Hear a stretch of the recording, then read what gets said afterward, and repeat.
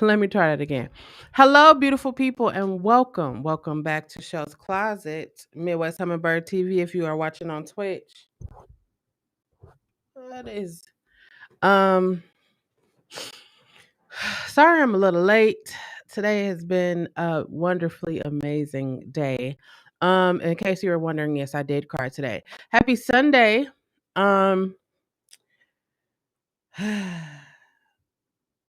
happy Sunday. Happy Sunday. I'm super excited. I'm super excited for the week. I'm super excited for my videos that I'm currently uploading YouTube. I don't know what's going on, but hey. Um I'm excited. I'm excited for 40 days. It's 40 days before this year is over with. I'm not really excited about the year being over with. I'm just excited about all of the shit I've accomplished in this year. I'm gonna go ahead and get my disclaimers out the way because it's not gonna be a long live because I'll tell you all about it as the live goes on. Hold on, let me take my gum out.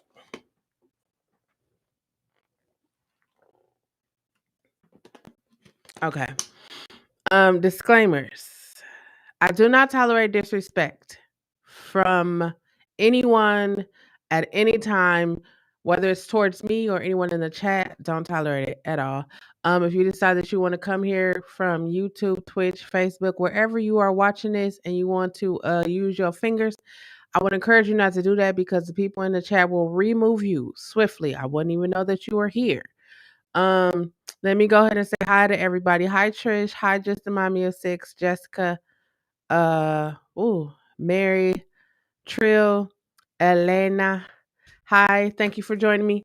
There will be curse words, there will be tears, there will be I am not a mental health professional. There is a mental health professional in this chat. Um I am not a doctor. I'm just a person who experienced life and is willing to share that with you so that you will be more inclined to think before you react or before you do. I don't know. Um, what's another disclaimer? I feel like I'm missing something. Oh, my opinions are my opinions. Your opinions are your opinions. If you appear on this chat, whether in the chat box or you come on and you speak, you are giving me permission to broadcast you on every platform which this here live is being broadcast on. Y'all know I was looking for my my Vaseline because I don't know where y'all live, but I live in Wisconsin. And the wind right now, listen, I'm not a light girl, right? Like I'm not. If you know you see me before, I'm slim thick. That's what I'm saying. I'm slim thick, right? The wind is so strong, it moved me. Like moved me. I was like, oh, I don't know if I'm ready to be outside. But this around the time when it started snowing, so yeah. So tonight's nurturing conversation is press pause and heal. Hi, Janelle. I'm not sure if you figured it out by now, but I let me tell you what I figured out. I figured out I said I was gonna go on a journey of healing and self discovery, right? And in my mind, you say you're gonna do something in your mind, you have one way in which it's going to happen. So in my mind, I was like, I'm gonna just walk through stuff that I needed to let go from my past, and I was gonna be good. It's a no. I after I want to say after January, I just threw up my hands like, I have no control over this situation. Sometimes you just have no control over the situation, and I have no control of the situation in my mind because I think I was one of those people that needs to have some I can't just let things go willy-nilly. I have to have some direction to my life. So I felt like if I had a grip on what was going to happen, I would be good. After January, I was just like, fuck it. Wherever I need to go, wherever I need to be, whatever I need to do, whatever I need to let go, hey, I'm here. I'm here because you know what? I've lived for 41 years. I don't know how old you are, but I lived for 41 fucking years, and I don't want the shit that happened to me before in my life to continue. I know some shit will, but I don't need a lot of that. A lot of that I shouldn't have even been introduced to in the first place. Uh-uh. So on this journey, I said I'm gonna go on this journey of healing and self-discovery, and I'm gonna let y'all in. I'm gonna take y'all on this journey with me, right? I had no idea in my mind what that meant. Well, I thought, okay, I'm gonna just do vlogs and I'm gonna validate my emotions. That's what I thought. I was gonna tell y'all how I was feeling, what I was doing, what I was accomplishing. Yes. And then I started doing Sunday night dinner and convos, nurturing conversations. And I just thought like I was randomly picking the shit. Like I literally, like I was just like, oh, I'm gonna talk about this today. Not in any way, shape, form. I don't know why I didn't, but I started to think about the shit that I was talking about for Saturday, for Sunday night dinner and combos. And it was like, holy shit. Like let's take last Sunday, for example, right? Validating your emotions. Here I was thought because I was talking about my how I was feeling, like I was validating my emotions, but it wasn't until I said 14 and 41 that the reality of my life hit me. The reality, like the reality of my life hit me. And then it was in that moment I knew that today I had to talk about press, pause, and heal. And I have to talk about that because that has been the greatest. I've made a lot of great decisions in my life. I've made a lot of good decisions. I made a couple of bad ones and a couple of horrible ones, but the good ones definitely outweigh those. The greatest thing that I have done for myself is to press pause and heal. And if you have been here for the last year, you have been able to witness me press and pause and heal. I um I literally recorded every day except for the 3 weeks that I had COVID. But I literally record it every day, and I will usually not watch myself, like, I would record it and just upload it and never watch myself, but I watched myself. I watched myself, like, weight-wise, like, I watch myself, I used to be much heavier, but now it's like I'm slim thick. I watched myself and I just looked so sad, and, like, now I watch myself and I just smile, just knowing, like, where I was and being able to see the growth in myself, being able to, like, let fucking go of, like, that need to, like, protect myself. Like, don't get me wrong, I could hey, I told you in the beginning, hey, but I had to let go of that. Like, hi Yaya, hi Gloria. Um, I had to let that go, and it was like the moment I let that go, and then hearing that I don't love myself, and it was like, mm, th you can't tell me I don't love. I'm talking to myself right now. Yes, I do talk to myself, not like that, but I don't give a care how you look at. I definitely talk to myself, and I was like, "What do you mean I don't love myself?" And then I was like, "Oh, I don't love myself because." I have no boundaries. Like, I didn't have any. I in my mind, we create things like, I wish a motherfucker would, and motherfuckers be doing it every day, all the time. And then it's just like, well, they ain't doing it at this level. And then it's like we rationalize the respect that we have for ourselves, but we have more respect for other people. That's where I was at. I had more respect for other people. I had more love for other people. And then when I decided to press pause and heal. Hello, Mike. Um, I realized I didn't respect myself. I didn't love myself. I sure in hell um didn't appreciate myself. I dimmed my light. Yes, I dimmed my light. I dimmed my light because I didn't want people around me to like feel but they felt anyways. Hi, Darius. I didn't want them to feel bad. I was that person that wanted everybody to be good around me.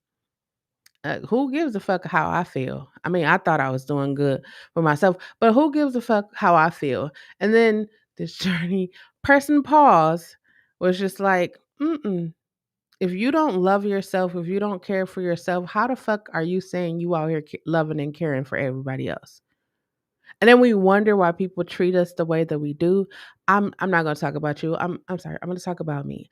Um, and I wondered why people did the shit that they did to me, and it was just like I had no fucking boundaries. Hey Ray, um, no fucking boundaries. None. Like from parents to siblings to just people in general, I had no fucking boundaries. And then I was just like, what the fuck is a boundary?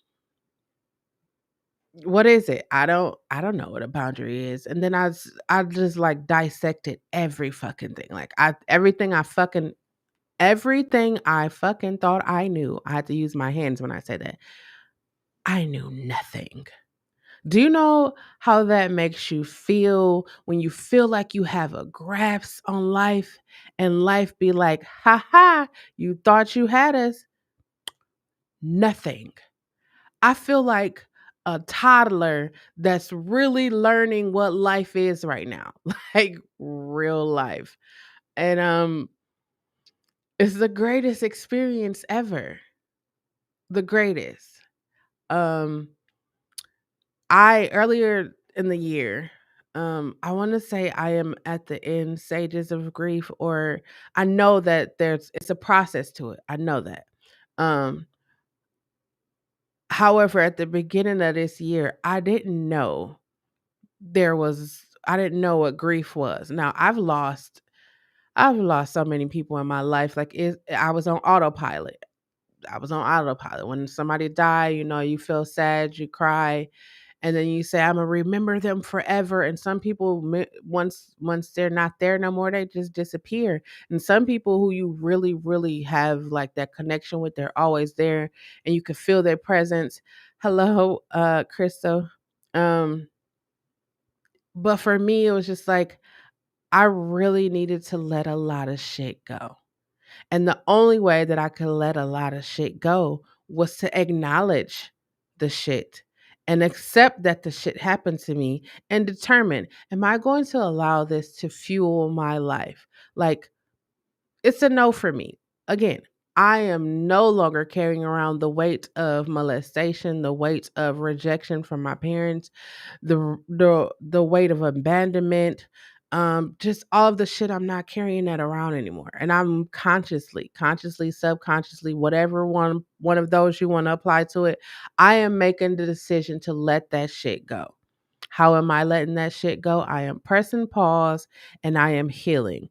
I had a conversation with my brother this morning. I talk to my siblings regularly. I had a conversation with my brother this morning and I said, I think they making all these fucking laws. Why don't they make a law where when you get out of a relationship, you have to be single for 3 to 6 months? I just think that should be like a law. Like, no, I should say, maybe we should normalize. That's the new catch word.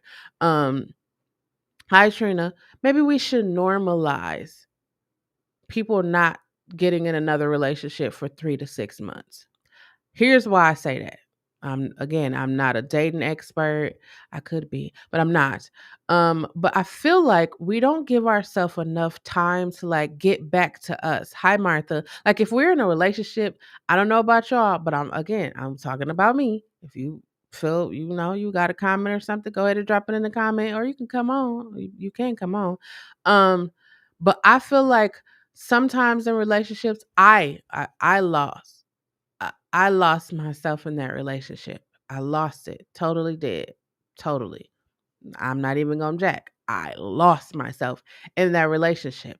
And at the end of the relationship, I wasn't like, fuck her. I wasn't, that has never been me. I'm just going to say that has never been me. And I'm not going to wait till I turn 41 for that to be me. It was just more so of like, why? Like, why? I wasn't questioning her why. I was questioning myself. Why did you accept that? Like, why did you allow the shit to happen? And sometimes that's the question that we need to ask ourselves. Like, sometimes we'll put it on somebody else, like, oh, they did.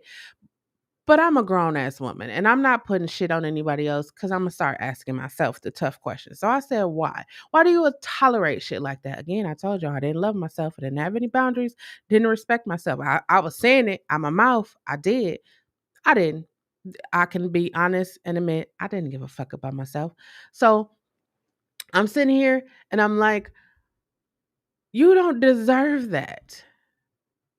And the moment I said, I don't deserve that, I asked myself another question. What do you deserve? How the fuck should I know? I was on autopilot.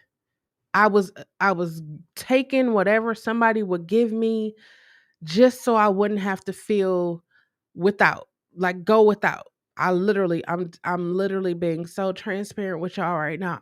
I was taking whatever I could get so that I didn't have to go without. And this is why I say people should wait 3 to 6 months. It's not just because of me, but I'm pretty sure if you're sitting, you're watching, you're listening to me right now, you can think in your life where you was like, damn, I should have just kept you as a friend, or damn, I should have just followed my first mind and not entered into this adult situation, or damn, I should have just waited. Like, I knew I didn't want to work at that fucking job, but I took the job anyways because I was thinking about the money. Like, sometimes I think we just need to press pause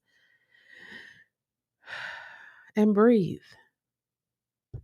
That's what I think we need to do. And these are just a suggestion. I'm not telling you like you need to go do this. I'm just offering a suggestion. I'm showing y'all who I am and the shit that I went through. So maybe you could be like, you know what, damn, I did. Or nah, that shit ain't happened to me. I'm gonna make sure I pay attention so it don't happen to me. Hey, I'm one of those.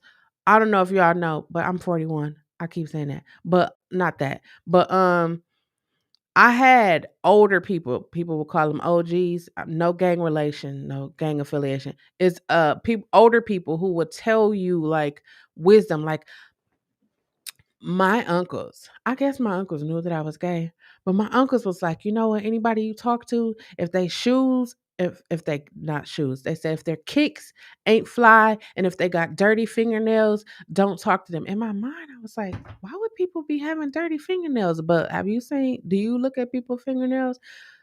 Some people be having dirty fingernails, and I'd be like, I know you're not a mechanic, you don't do landscaping, and you don't work with dirt. I don't know. So as I begin to process my life, I just asking my, you ever ask yourself why? You ever look at the person you with and be like, why am I with you?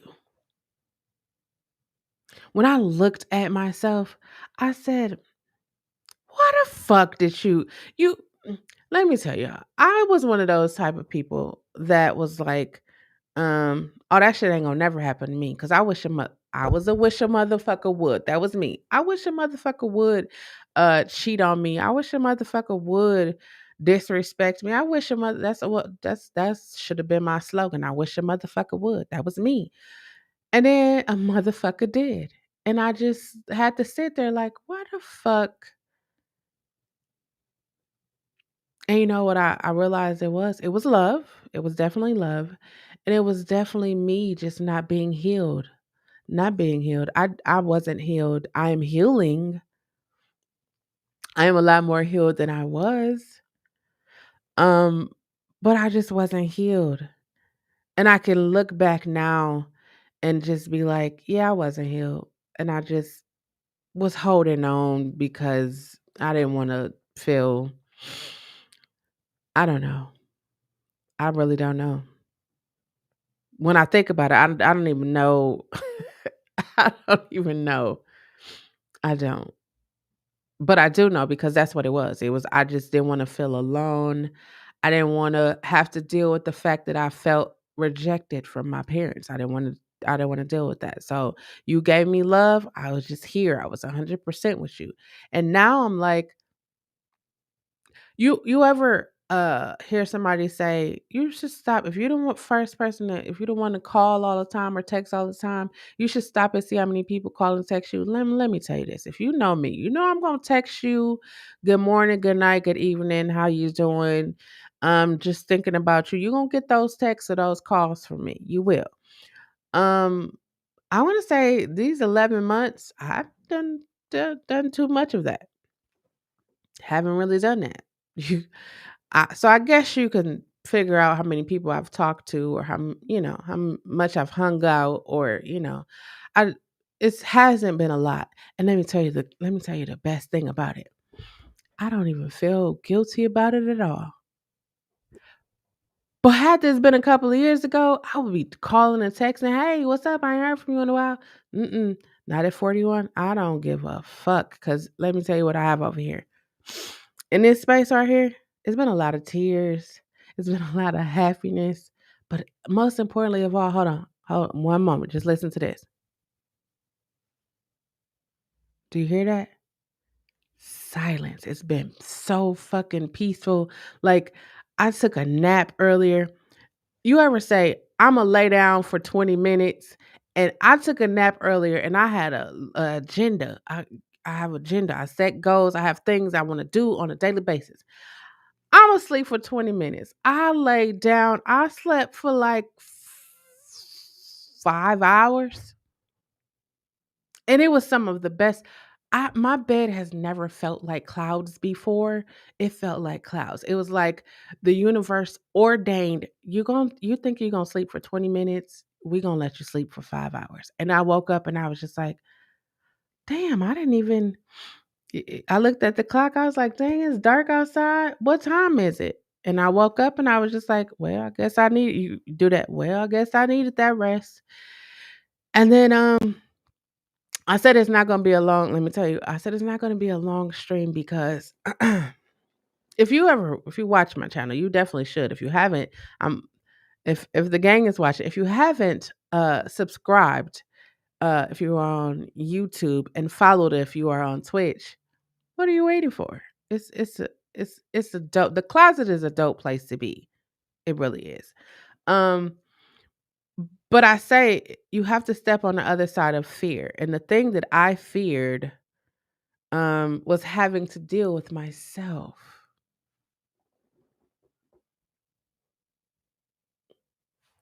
Hold on, yeah, I'm gonna tell y'all. You can have shit in your head all day. You could hear it. You could say it to yourself in your head all day. But when you say the shit out loud, ooh, ooh, when you say the shit out loud, it just becomes life. I don't know. I know when I was growing up in church, I don't go to church or anything like that, but that's a story time. Um, they used to say that life and death lies within the tongue, right? So Anyways, um, sorry. Um, so I made the conscious decision last year, um, right after all of the shit happened, to just speak positivity, light, and love. That's that's all that's all I wanted to speak. That's all I wanted to do, because I felt like so much of my life has been um a lot of shit. It's been a lot of shit. I had a lot of positive people in my life. I want to take this moment to say, if you have a godparent, or you have an older sibling, or you have somebody that is sewing into you, cherish that. If you have somebody that's going to look you in your face and be like, "Bitch, you know you was wrong," if that's how y'all talk, or "A bro," or "A sis," or "Listen friend," or whatever y'all talk, if you have somebody that's gonna tell you the truth, and let me tell you, that truth is gonna fucking sting, but guess what? You need that. I needed people in my life to tell me no. I needed that. I didn't realize how much I needed that to, I was turned 41. I didn't realize how much I needed that. And I'm saying all this because it wasn't until I stepped on the other side of fear that my life truly opened up. Truly opened up. You think, you probably was younger. It's like, man, I can't fucking wait till I turn 18. I can get out of my parents' house. And then you get out there and then you have to pay rent. And here it's sweet energy. In Wisconsin, it's sweet energy. Uh, it's a fucking no for me.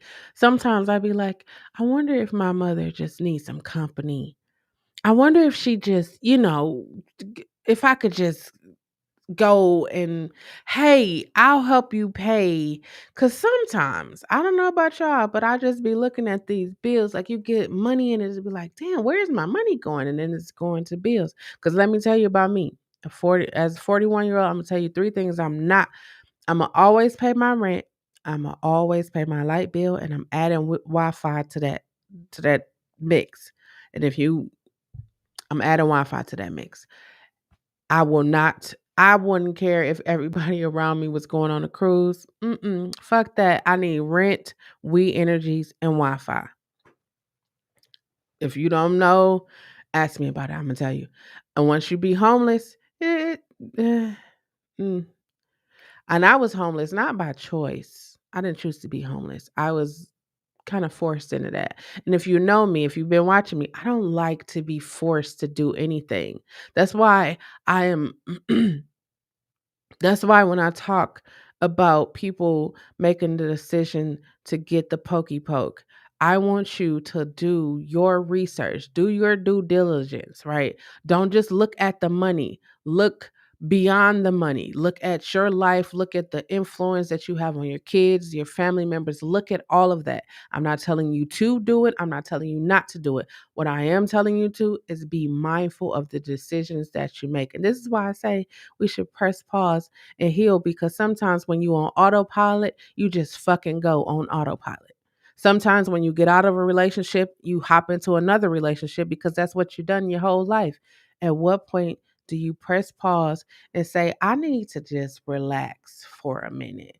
Like, let me just be single for a minute. See, let me tell you all about me, right?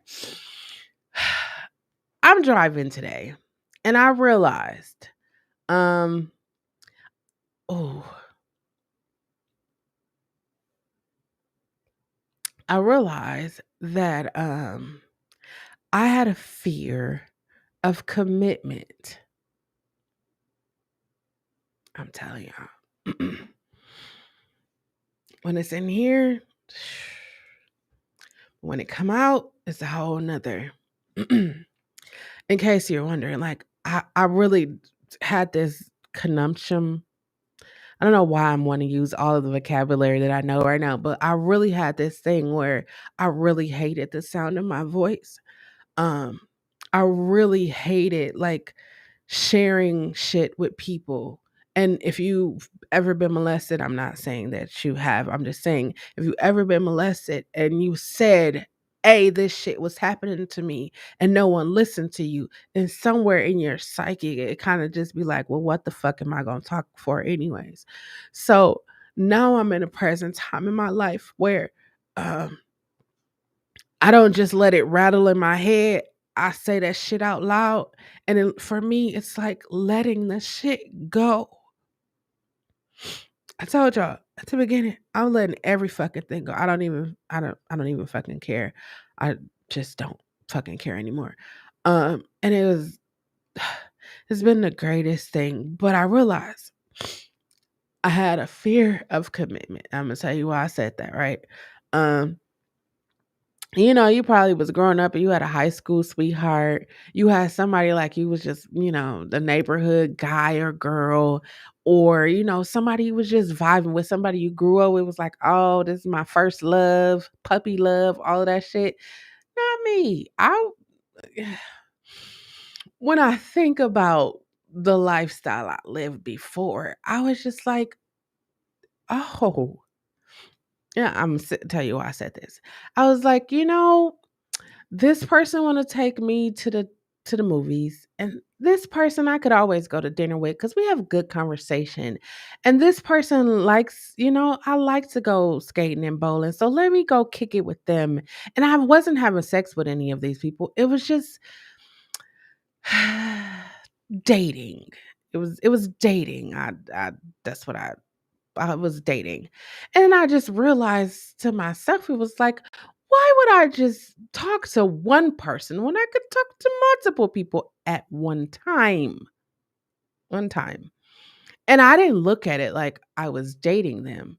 So when people got the impression that I was their girlfriend, I was like livid. Like I never said I was dating you. I never. And at that time, I want to say I kind of recognized that I had a problem with commitment, but I was young. I'm a grow up and I'll grow out of it or whatever. And it wasn't until I was driving today and I laughed. I think it was nervous laughter. I laughed, but shortly, like somewhere in between the laugh, it became tears and it was just like, holy shit, I had a fear of commitment. And I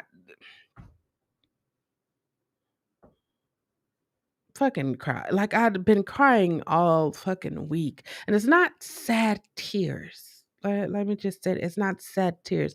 It's like tears of release, tears of acknowledgement, acceptance. And you know what I've done from that?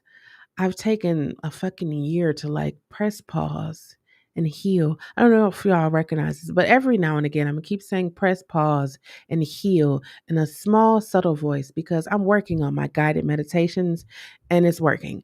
Um, I just realized that for me, I can't talk about you because I don't really know you, but I could talk about me. I realized for me, a lot of shit in my life. This is why I say your family is where um a lot of shit in my life, um my childhood put me on autopilot into adulthood. And not just I'm not just here to talk about the bad shit in my life because listen, when I grew up, like everybody in our neighborhood thought we was rich. We even fucking thought we was rich because we had every fucking game system from Atari to ColecoVision to Dreamcast to every fucking thing from the 80s to the 90s. We had every fucking thing. We all had our own style of shoes. Like my one brother was Jordans, one brother was Forces. I was anything that was cute. I had Pelly Pels. I had all kinds of shit. Like listen. So that's why like now I'm 41 and I can't go into the store. I probably can, but I can't. I can't go into the store and buy off-brand shit. I know it's a thing. I'm working with it. I try to like let it go, but I can't because it's ingrained in me. Like some shit I can let go, but I can't buy off-brand Cocoa Puffs. I tried. Ooh, it just didn't taste. I don't know. But I realized that a lot of shit, like when I said when my ex-wife cheated on me with her ex-girlfriend, and you probably wonder why I keep saying that. It's me. It's just me processing. But when she left and I was just like, what is it with me and rejection? Like what is it? Like w- how did it become such a big thing in my life? And it was like the two people that brought me into this world rejected me. Like my father was like, I lost a daughter 2 years before you were born and I didn't understand grief. And my mother was just like, I grew up in a situation and then she told me like her life story and then it made sense for me. So it was like they didn't intentionally neglect me. Like they didn't do it like, "Oh yeah, we going to throw her. We don't give a fuck about her." It wasn't that. It was they had shit that was going on and no one was showing them how to deal with the shit that they were going on. And guess what that became? Can you guess? You ever heard of the word generational curse? So it kind of like fell upon me. And then like my mom, like I live with my mom and my grandmother. If you have a grandmother, if you have a grandmother and you out here being disrespectful and you out here doing all of that stuff, hey, listen, don't do that. Your grandmother, don't do that. Cause some of us wish we had it. I wish I could pick up the phone and call I'm not even gonna say that because it's Sunday and I know where I would be on a Sunday. I would be sitting at my granny's table eating her hand pressed hot water cornbread. I wish it. I just wish. People don't be making dinners like they don't cook. You would go up the street to the Chick-fil-A or Popeyes. I love Popeyes tenders. But you could do that. But for me, it was it was my family, like my mother, like I don't have a mother-daughter relationship with my mother. I don't. she will always as long as I'm alive, she will always be my mother. I don't have a mother-daughter relationship. I have a human to human relationship with my mother. Like, I love and respect her in the format of her being my mother. Also, I am an adult and I respect her. The same measure of respect I give to her, I require that same amount of respect. Not just my mother. That's with any fucking body. Any fucking body I meet, you, anybody. So when I started to think about the shit, right? My parents' shit indirectly became my shit because my mother was really focused on like Jesus and working. Like, those are two things that she loved, work and Jesus. And my father was, trying to figure out his life through other means, if you're picking up what I'm putting down. And so after I had those conversations with them, it kind of opened up a door where they just felt like, we're going to talk to you about everything. Because now I became a family therapist. Again, I don't have a medical professional or anything like that. I'm just a really good listener. And when I was growing up, my grandmother was like, you should probably, because my grandmother, she worked with special needs kids. And she was like, you are going to be, and I was like, it's a no for me. I'm not going to be a teacher and I'm not going to be a therapist. Two things I said I wasn't going to be. But again, if you listen, when I told you my family, my ancestry, it's a no for me. But it was like part of me. It's born into me. It's ingrained in me. So talking to my parents, listening to them, understanding, and this is why I say it's important for people to heal, not just in relationships. I'm just talking about in life. I don't want to be 50 years old and still dealing with shit from my childhood. I know, like, Trish is a medical professional. I know that that's going to like is going to memories just don't disappear unless you have like Alzheimer's or dementia or something. But I don't want that to be ever present in my life. I don't want to keep making decisions based off of the shit. Like, I don't want to get in a relationship and be like, oh, you go, because my last person cheated on me. Let me do all of this so that you don't cheat on me. I don't want to have. I don't. Is that I don't want to have, because me personally, I don't go in relationships looking for red flags. That's just me. Again, I can only talk about me. Because me being who I am, if I go into something looking for red flags, my mind just be like, I don't need you anyways. I, I don't need you. I don't have, there's nothing you could provide for me. Nothing. There's nothing. I used to, talking about my fear of commitment. I don't have it anymore because I'm going to tell you about that in just a minute. Um, I used to do shit just to see, like, I was one of those tester people. You ever, like, somebody liked you, excuse me, excuse me. Somebody liked you and you was just like, let me see if they really like me. So you do something and then you be like, oh, they really like me. And now it's like, okay, I know you really like me, so let me play hard to get. Like, I'm sure we all, even sometimes, like, let me tell you, I did this one with a job. It was semi-corporate, whatever. And I was like, okay, um, I want to work at this job, but this job is courting me. And I was like, this job is paying higher, but this is the job that I really wanted. So I was like, I went and applied for this job and this job was willing to pay. Well, we're playing. So I literally realized I like I like the chase. I like the I don't like shit that comes easy. And I realized that was because my life wasn't easy. So anything I get easily, I didn't, keyword was didn't, I didn't really value, because it's like I didn't even work for you. I didn't work for that. I just was given to me. I didn't think I deserved to be given nice things. I didn't think I deserved for nice things to happen to me. I didn't think that. I was just like, I got to work for everything I get. Because again, I come from, my mom's a worker. She's a worker. I've developed multiple businesses and helped people succeed in life because my mom is she's a hustler, babe. Listen.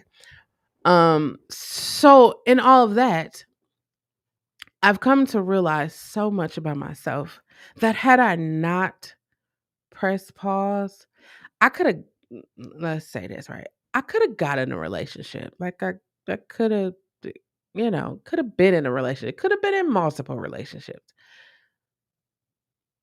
But even as I begin to like process like the rejection of my parents and then wanting to have a conversation with them and just understand where they were. And then it's like when I tell y'all, I don't know if y'all heard my story about when I was in the shower when back in September when all this shit happened. I was in the shower and I and I literally broke down crying and I said, I am sorry. Now you're probably like, who the fuck was she talking to if she was single and she there by herself? I was talking to my younger self.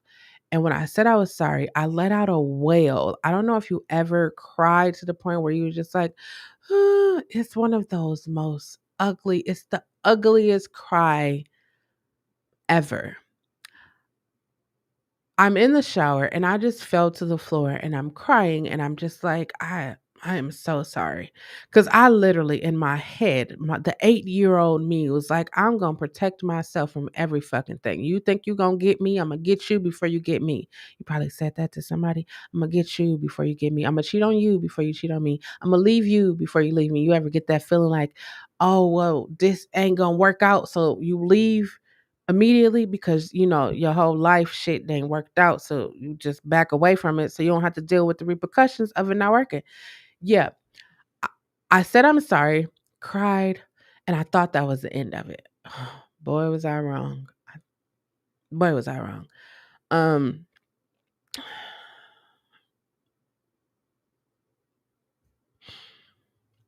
I was wrong.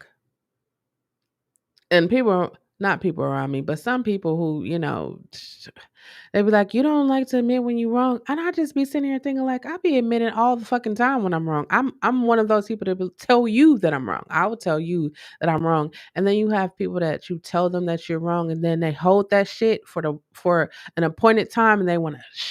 You ever had somebody hit you with shit that you told them or that they experienced with you? Listen, that's some shit too. But I'm sitting here and I'm like, Chelle, you 41. You're 40, about to be 41. There's a global fucking pandemic happening at this present time. What the fuck are you going to do? And it was like I woke up talking to my parents, understanding them, understanding how their lives affected me, understanding how um if they would have had somebody to hug, touch, and love them, or walk them through the stages of grief, or help them even understand what it means to be loved, or to have their emotions validated, life could have been different, but it wasn't different. It's what it is. And so accepting all of that and accepting that I held on to shit because I didn't want to be alone, or because I felt like I dimmed my light. You know how much I've heard be humble, be humble, be humble. You shouldn't be out here trying to make people feel bad. And in my mind, I was like, I'm not trying to make people feel bad. I want to inspire people to be great. Fuck all of the other shit. And then I went and looked up what the fuck humble meant. And I was like, why the fuck do we tell people to be humble? Why? If somebody is telling you to be humble, pull out your phone, whether it's Android or iPhone, pull it out and fucking Google the definition of humble and say that shit to whoever is telling you that, and then say, you want me to do what? I started to think about all this shit. I've been literally crying every day this week because I started to think like I went to predominantly white schools, and that didn't make me better than the people that was I lived in the hood, but I went to predominantly white schools, and that didn't make me better. It just made me more cultural. It made me, I'm saying cultural, that's probably not the word, but it gave me balance. For me, it gave me balance. Like I was book smart and I was street smart. I'm still both of those. Don't even get it twisted, but it balanced me out because I would wonder like how do I know all of this astronomical shit but I'm still able to I couldn't I couldn't put it into words until I started going to predominantly white schools, and it made so much sense. And then I had to take this moment to thank my mother because she could have sent me to the local school, but she didn't. She said, "No, you are going to be great, and I probably can't. I don't have to give it to you." So she set me up.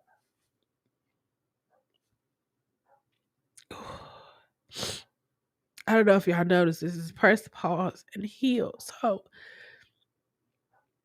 normally before before a global fucking pandemic and before I went on a journey of healing and self-discovery, I was one of those people that was like, "Oh, I shut my fucking emotions off a long time ago. Now help me make sense of this. I can't even determine when I'm going to fucking wake up. How the fuck do I think that I'm gonna turn my emotions off?"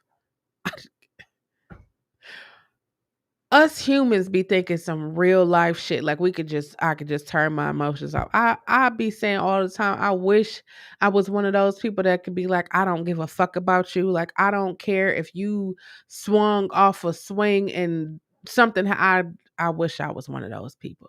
I prayed to Buddha, God, Allah, Muhammad, all of the deities because I was like, somebody gonna hear me. Somebody gonna let me have that thing, and it seemed like the more I prayed for that, the more open my fucking heart got. So I just was like, yeah, no, it's a no for me. I'm not going to, you can have that.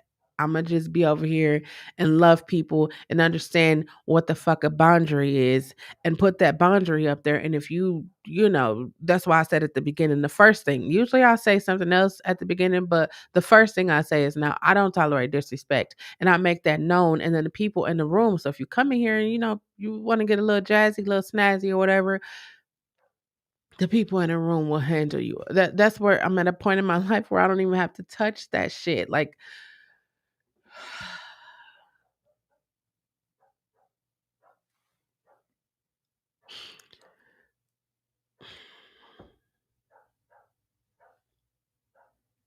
it'd be so weird because I'm a talker. So when I have moments like that where it's just like all I could do is breathe. And before y'all would never fucking see me cry. Nobody would ever fucking see me cry because they was like, you don't let people see you cry because then they gonna take advantage of you. I don't even fucking care. I don't even care. I'm not saying that you're gonna take advantage of me. I'm just like, I don't even fucking care. When was the last? I'll ask you this. When was the last time you saw someone cry? When was the last time you actually cried? They say crying is a form of release, but if we don't cry, where in the fuck does the shit go?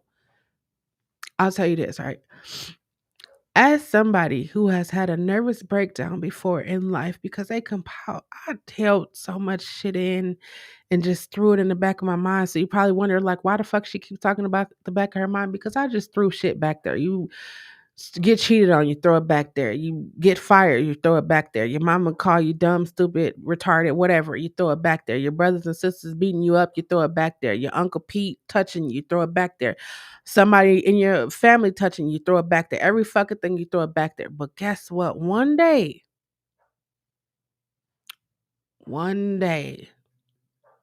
you can't say that because you don't know. Yes, I can.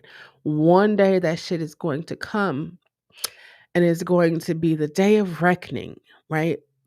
Um, And you're gonna have to fucking deal with it. I'm choosing right now in my life to fucking deal with shit as it come.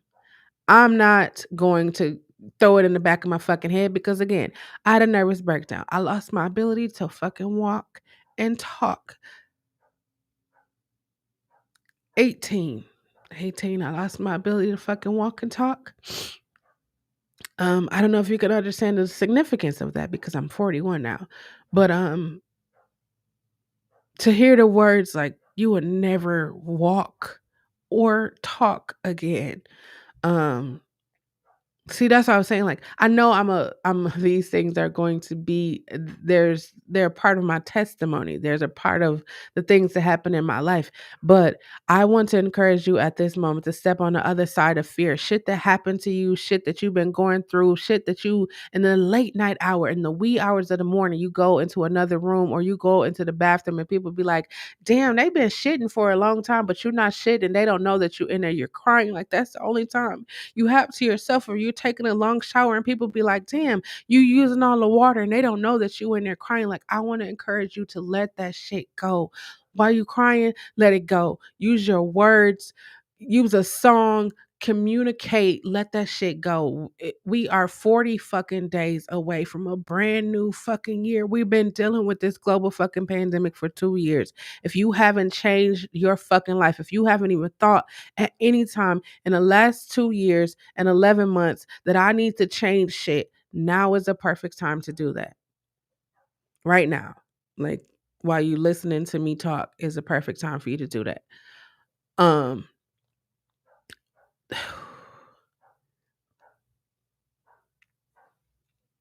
I just had a moment cuz I remember when I was 18 and I was like like when I say you have everything you need to be successful right up in here, right? Um Imma tell you why I say that, because I knew when I was younger that my voice is going to be the very thing that makes me who I am, that was going to give me that feeling of accomplishment, that feeling of peace. So my entire life, a lot of the situations sitting here at 41, I can look back and say those things tried to steal my voice from me. You be molested and you tell somebody, hey, this person is molesting me. And then the person that's molesting you is a pastor or a bishop of a fucking church that's really popular. And then everybody wants to tell you you shouldn't talk about the fact that the bishop of the church, who's still the bishop of the church, has molested you. You shouldn't do that because God is going to deal with them. It's like, so I'm just supposed to be silent until God deals with them. It's a no for me. It's a no. Whew. It's a no. It's like every time I speak it, and I'm gonna tell you why I'm speaking it, because I normalized being silent when fucked up shit happened. I was waiting for shit to happen to them. I normalized that.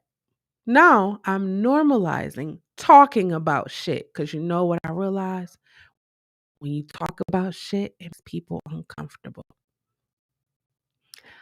You heard me say a few minutes ago, I didn't want people to be uncomfortable. Fuck that. Everybody needs to, you watching this, you need to be fucking uncomfortable. You are 40 fucking days away from a brand new year. And I keep talking about this pokey poke because I hope that you are watching this and I hope that you are thinking like, listen, I am in dire straits. If I don't get a fucking poke in my arm, my family probably can't eat. We will lose our fucking house.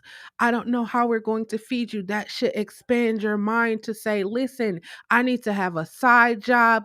I need to put stuff into saving. Let me, when I go to the grocery store, let me buy extra shit. We shouldn't have to depend on one thing to maintain us. That's why I decided in my life I wanted to have 7 streams of income, 7 passive streams, 7 things that I could do without even fucking doing. You know, like 7 things, like I got a coloring book, I got a book, like I literally touched 7 different things that I could automate. Now, for these next 40 days, what I'm going to work on is automating the shit.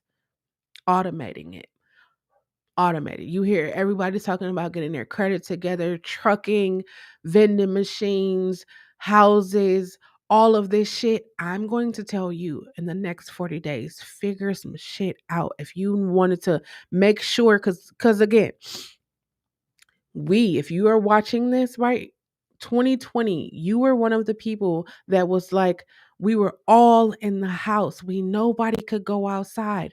Nobody could go outside. We didn't know. 2019, we was like, hey, it's about to be the New Year's. We turning up. Listen, I had a whole, I work with music artists all the time. I had a whole concert series planned out, artist selected, every fucking thing. The beginning of the year 2020, the first concert, I had the young kids. I brought them to a all ages club. They performed. It was great. I was ready for the next concert and it was like, "Oh no, we shutting every fucking thing down." Do you know how bad it hurt me to have to call the artist that I booked and all of that shit and be like, "I don't even know when I'm gonna do another concert." Like that shit hurted me. It hurted me. And then when I was as the pandemic was fucking going in and I was just like, "Am I just gonna sit here?" I've never been a type to just sit and like not do nothing. I don't know. I don't think I'm wired like that. Like I have to fucking do something. I don't know, something. So I'm sitting here and I'm like, what the fuck am I going to do? And I realized that everybody was going to be in the house. Everybody was going to be virtual. So the people that I wanted to talk to, but they was too busy, or they're out to lunch, but they sitting right there looking at the computer screen, or they're sitting there laughing with their secretary, whatever. I started emailing. I started texting. I started FaceTiming. I started doing all of these things to the people that I really wanted to talk to. Let me tell you how I took advantage of this. You probably noticed a shift. I took advantage of this fucking COVID. I really did. I realized everybody was at home. The record label exec that I wanted to talk to before, but they were too busy. No, your ass is sitting at home right now, just like me, looking at the computer screen, like, damn, what am I gonna do? We all had that. Here we are, 40 fucking days away from a brand new year. It's 41 because actually January 1st, 2022 is the 41, but we're 40. It's 40 days left in this year. If you have not figured out that your life can change at any fucking moment, anyone. It doesn't even have to be the global fucking pandemic. You could walk outside with some clean shoes and somebody say, "My shoes is dirty. I want your clean shoes." And you driving a nice car and somebody out here in a stoley smashing to your car. You going to the job and you dedicated 15, 20 years to that job. And they just like, well, thanks to COVID, we're going to lay you off. Anything, any fucking thing. You in a relationship and somebody feel like, you know what, you don't do the things that I want you to do. Not one time that they communicate that to you, but you don't do the things that I want you to do. And this person over here would do it. But it's all because hurt, hurt people, fucking hurt people. And this is why I say people should take 3 to 6 months. 3 to 6 months. Just heal. Let that shit go. Heal. Find yourself. I feel like I've literally been crying because every day I wake up understanding more about me. I'm not caring more about other people. I'm not doing more for other people. I have nothing but time, space, and opportunity to care about me. And that's so significant for me because I haven't cared about me. And I wasn't like, I'm not in the space like, man, nobody cares about me because I'm gonna tell you something about me. If you haven't figured it out right now, I don't give a flying fuck on Friday in February at 5 o'clock what anybody thinks about me. Because as long as my rent, we energies, and Wi-Fi is paid, and I look at myself every day and tell myself how beautiful, how slim, thick, how intelligent, how if you talk about yourself like that and you don't get that warm, bubbly feeling, explore that. Explore why you don't get that warm, bubbly feeling when you talk about yourself. Because sometimes, we hear we dumb, stupid, retarded, you a hoe, you a tramp, you a bitch, you ain't never gonna be nothing. You hear all of that, and eventually it starts to become a part of how you operate, what you think. It becomes a part of your autopilotness. That ain't even a fucking word, but I just made up so much shit today. Not like my story, but like words, because I just felt like that should have went there. I feel like a lot of people are on autopilot, and when you press pause, that causes a shift in how things work. Like I told my friend one day, I said, "You ever been angry and just breathe? Like you was so like your kids is getting on your nerves, and you just go."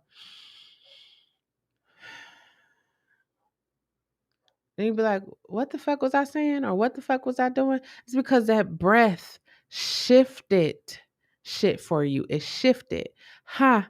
I'm 41 and there's 41 people in this room. I'm trying to tell you something is happening in my life right now. And I am receiving every fucking bit of it. I am not turning shit down. People be like, "Turn your got No, I'm not turning shit down. I am accepting it. I am realizing what needs to be in my life and what doesn't need to be in my life. And I tell you this, bullshit don't need to be in my life. Negativity don't need to be in my life. Anybody who are not self secure in who they are and what they bring to life, fuck a table, life. I don't need you in my life. I am at the point where I am moving forward. And if you want to keep walking around the circle, walking around the track, that's you. I'm no longer being the garbage disposal. I'm no longer a no I'm putting the world on notice because these platforms go everywhere. I am no longer that person. It's a no for me. It's a no. I enjoy caring for myself. I enjoy spending time with myself. I enjoy, like, I was one of those people, like, I would take myself to the movies. I would take myself to dinner. I would take myself on a shopping spree. I would do all that. So if no one ever did it for me, you think you're doing something because you buy me some Popeyes chicken tenders. It's a no for me. Again, if you I have a cultural palate. I like cultural things.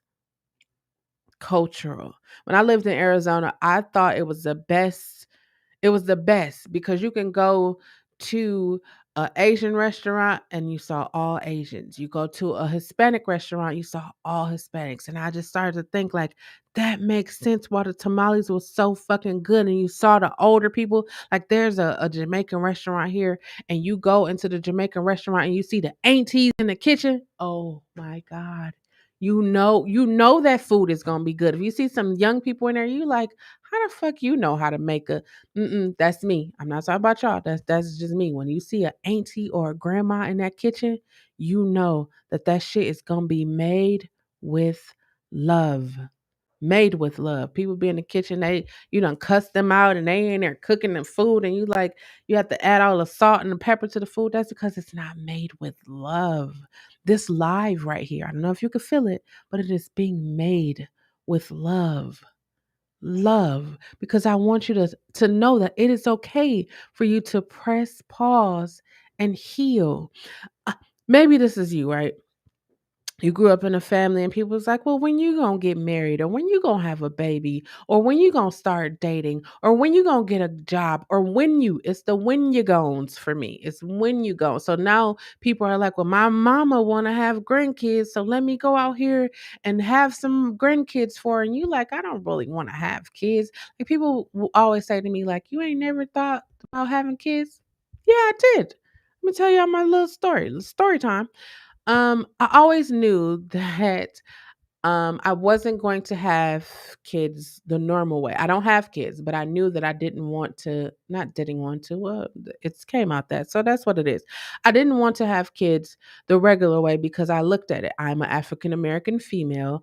The likelihood of me being with the person that I have the baby with was slim to none. You know, slim to none. How many single parents, how many how many single parents, just that's what it was. So in my mind, I had already checked out the sperm bank. I did the whole, check out all of that. And then I was just like, I want to go to college. I want to start a business. And then the baby thing kind of got put on the back burner until I got married. And I was like, well, we talked about it or whatever. And then, life started to fucking happen and shit started to fucking happen. And I just couldn't focus on having a baby because I was just trying to focus on, or I got lost in the marriage. And then it was just like, I'm 40 now. And it's like, 40? Having a baby at 40? I know there's tons of people who have babies at 40s, but it was just like, I raised a lot of kids. Yes, they're not my own, but they're like my own because I raised them. And to this day, they still look at me as an important figure of their life. And for me, that's more than enough. Um, my brothers, God bless them because they're my brothers. and they're trying to convince me like, you 41 isn't too old to have a baby. You should have one. You should. And they're really trying to convince me. And I'm sitting over here like, you're making a good argument. They make some good arguments. They really do. But it's just like, it's a no for me. I'm enjoying me. I thought about it. I'm not gonna act like I didn't think about it. I did multiple times, but I was just like, no, I think at this juncture in my life, I need to be alone with myself. That's not saying that I'm alone with myself. I'm just saying I need to be alone with myself. I need to understand me and why I made some of the decisions that I made because again, I'm not walking into 41 making those same decisions. If you are the age that if you are 20 and above, right? Like say you're 30. If you're still doing the same shit you was doing when you were 18, have you not learned anything? Have you not developed a sense of what growth is or what life is? Like here's my thing, right? I notice that shit happens regularly, right? If I notice that the shit continuously happens regularly and I don't adjust to that shit or I don't stop the shit will continue to happen. That's why I say I don't tolerate disrespect from anybody. People say no, because your mother. It should be different because that's your mother. The key thing is that they will always be your mother, father, sister, brother, God, parents, grandparents, whatever. They will always be that. No one will ever take that away from them. But you have to set boundaries with your family. Also, you have to. Some of you probably just think like my mother talked to me like I'm a piece of shit. And but that's my mother though. If your mother call you, you gonna go over there and give her the sun, the moon, and the stars. And I'm not telling you not to give your mother the sun, the moon, and the stars. I'm just telling you to think about you. You. Think about you. Think about when you get ready, somebody call and say, hey, I was talking to my brother about this, right? I was like, you ever borrow somebody some money? Hey, I just need to borrow. Now, this is not to say that you shouldn't borrow, call people, but this listen to what I'm saying. Hey man, I just need to I need $20 to get some gas so I can get back and forth to work this week and I'm gonna pay you on Friday, Thursday, Sunday, Monday, next week, 2 weeks from now. And then, that Thursday, Friday, Sunday, 2 weeks from now, hey, just a friendly reminder, because this is what I used to do. Just a friendly reminder, you owe me $20. I know you ain't fucking swaying me about no fucking $20. That wasn't the same energy you had when you asked me to borrow that money. I think sometimes we just that's my family, so I'm gonna give it to them, or that's my mama, so I gotta make sure it's like it's is the thing. I'm gonna tell you if you weren't here last Sunday. Three things, three emotions that I feel um runs people life. You probably like love, but love really isn't an emotion. Haha, I got you there. Um, it is fear, guilt, hope.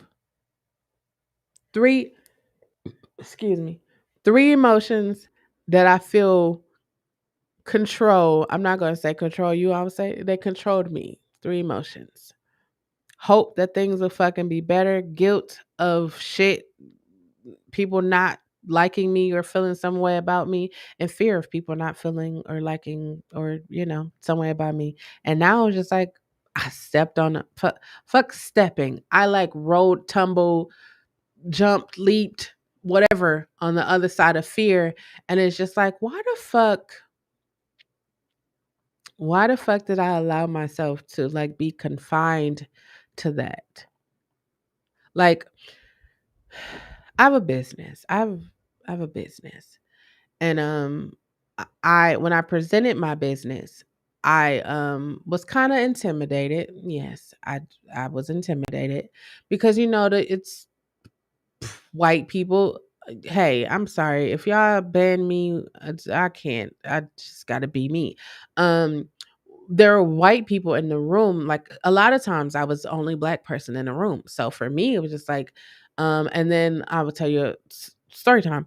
I walked in to pitch my business one time, and there's like all these people they're doing like tech, and they got like little devices they built and apps and all that shit. And here I am walking in with a music database, which is a music tech company, but I'm black and I say music. And the first thing they think like, oh, here she goes. She want to start a record label, or here she goes. She wants us to spend millions of dollars but have no investment. So I start to talk about the music, and I start to talk about the business of music and how in the state of Wisconsin, Wisconsin made $1.1 billion. There was 11,000 singers and songwriters, but only 1,000 of those 11,000 singers and songwriters got paid for the shit that they do. So I just threw that statistic at them, right? And then I started to break it down even more on how and why my business is so important to the time that we live in right now. And their minds were blown. They was like, the first question was like, well, how do you know all of that stuff? Well, number one, I am a musician and I did go to school. Oh yeah, I do have a bachelor's degree. So you throw all that stuff in there, and it's just like they mind it, just watching them just be like. And so then I realized this about myself. I have a fucking bachelor's degree. I made history 2 times in 1 year, and I never even fucking talked about it. I never I've done so much monumental shit that I never fucking talked about. And now when I think about it, I did my own fucking light, so I that shit was flickering. It was flickering. So when I say this shit right here, I didn't need to be going through a divorce, but I needed this divorce to reignite that shit in me. And I started looking at my high school yearbooks. I started looking at shit, and it was just like, that's who I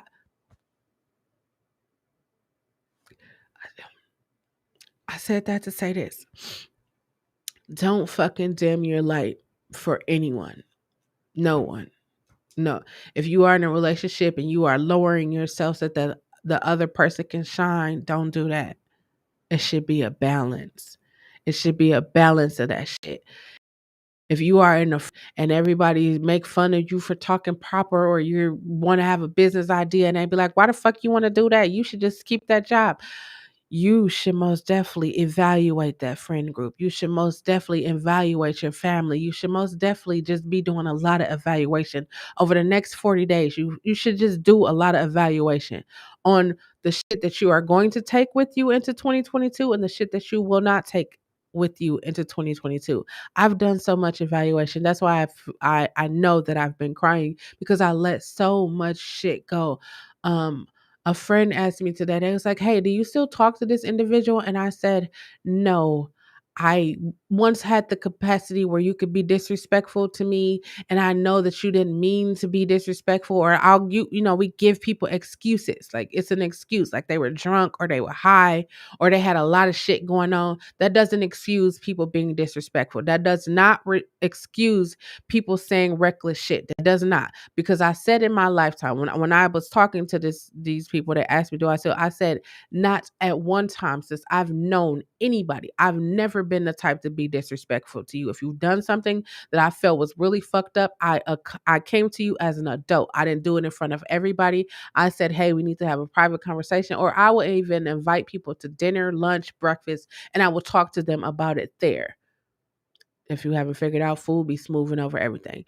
But I would talk to them about it there. But then I just realized that this person, that was really disrespectful to me. They really said some hurtful shit that to me, it wasn't like, damn, I didn't want to hear the truth. It was like, you were there. You saw how fucked up this shit was for me. And then instead of you like dealing with the shit that you were going through, you decided to camouflage your hurt, your anger, your pain, and highlight the shit that I was going through. It has nothing to do with you.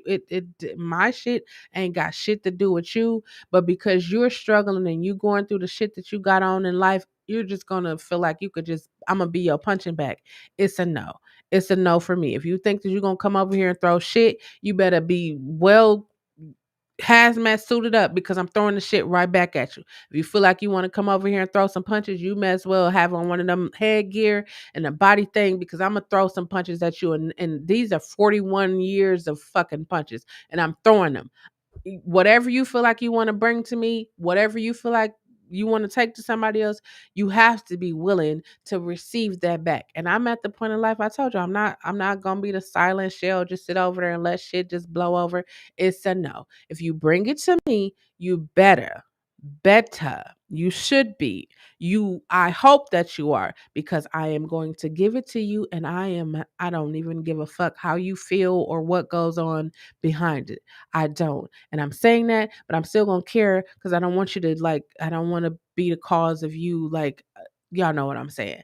But I'm going to care. You can't be out here saying reckless shit to people just because you are fucking hurt. Go sit down in the fucking corner, get in the bathtub, sit in your car, sit on the fucking toilet, sit down and deal with that shit. The world outside of our fucking houses, this fucking internet, y'all see how people be going crazy or they be trolling all the time.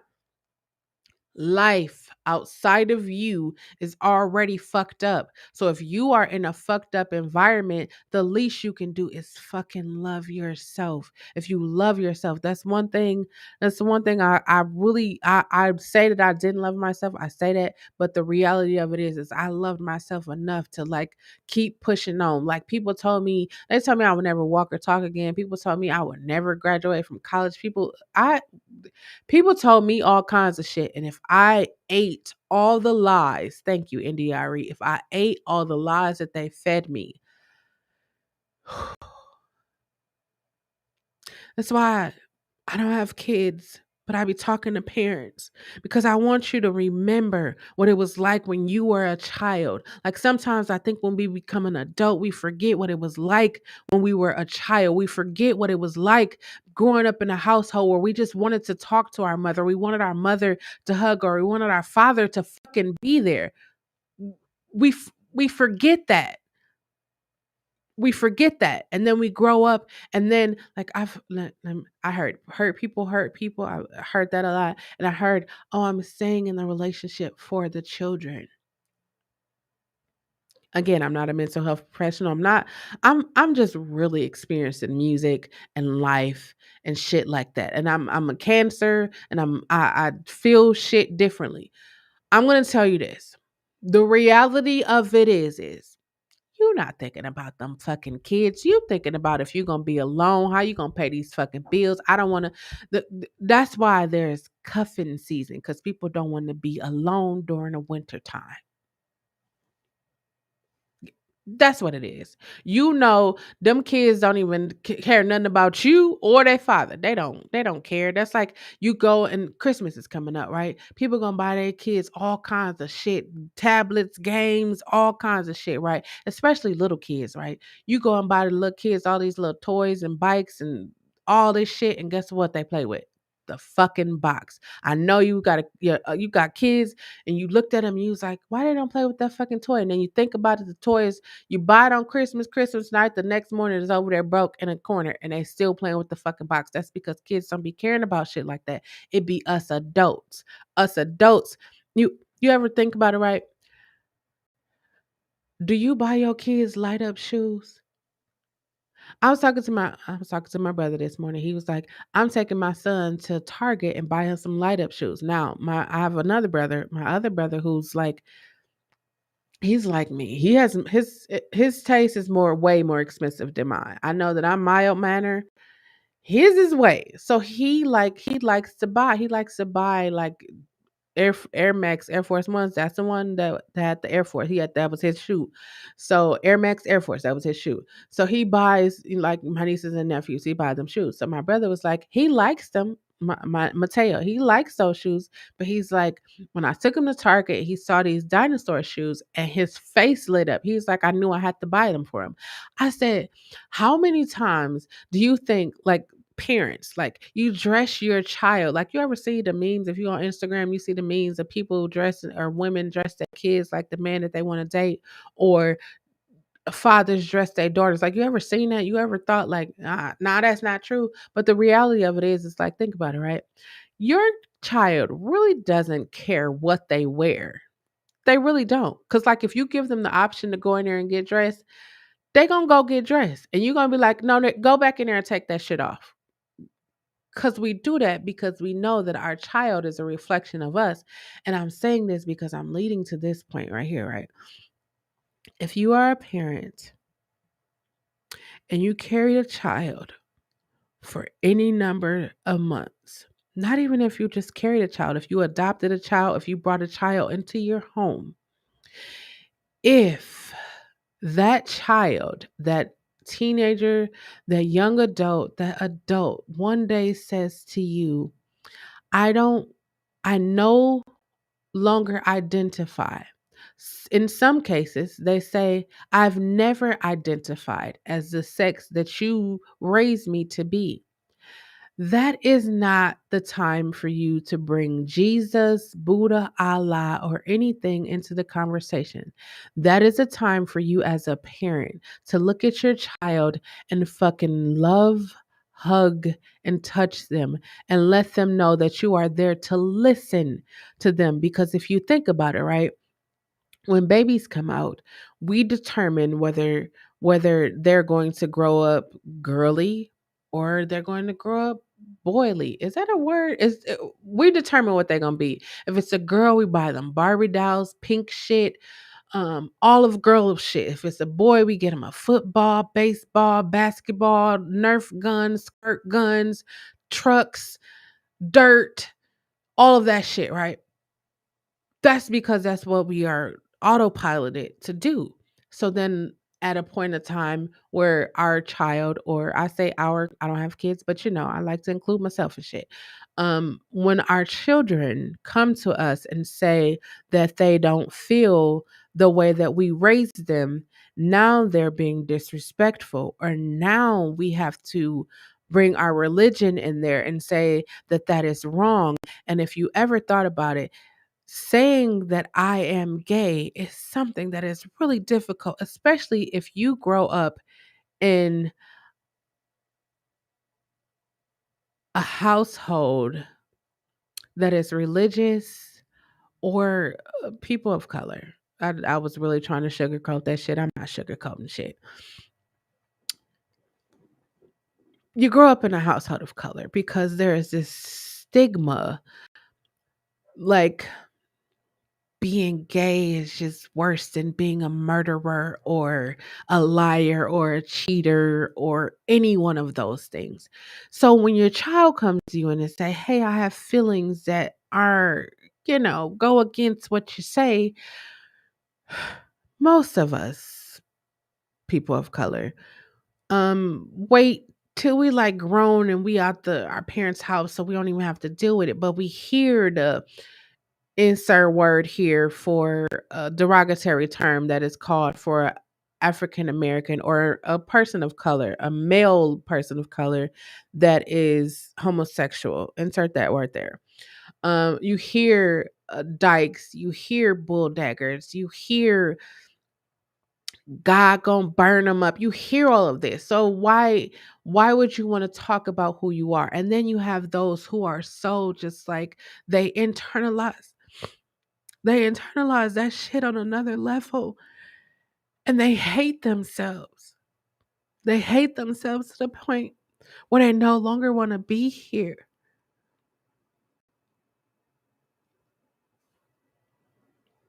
I don't even fucking have kids, but I just, is that for me? Like, no one should have to hate themselves because their parents,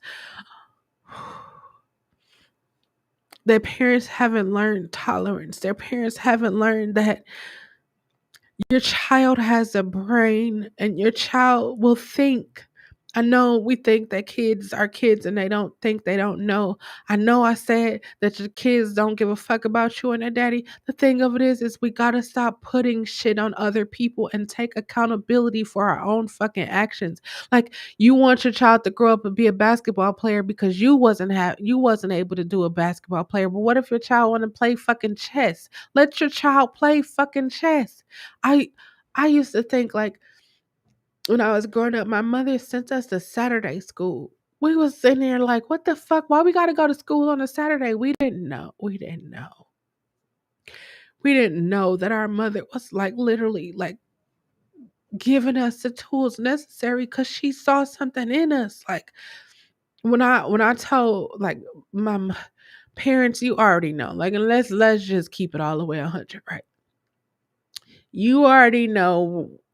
You know what your child is. You know. You probably be in denial. You probably are embarrassed if they come out and say they gay or they don't want to have kids or any fucking thing. You just be embarrassed. It's all about your embarrassment. That's what it's all about. So you will rather them keep it a secret. You will rather them marry a male or a female and have a baby and have a family because that makes you look good.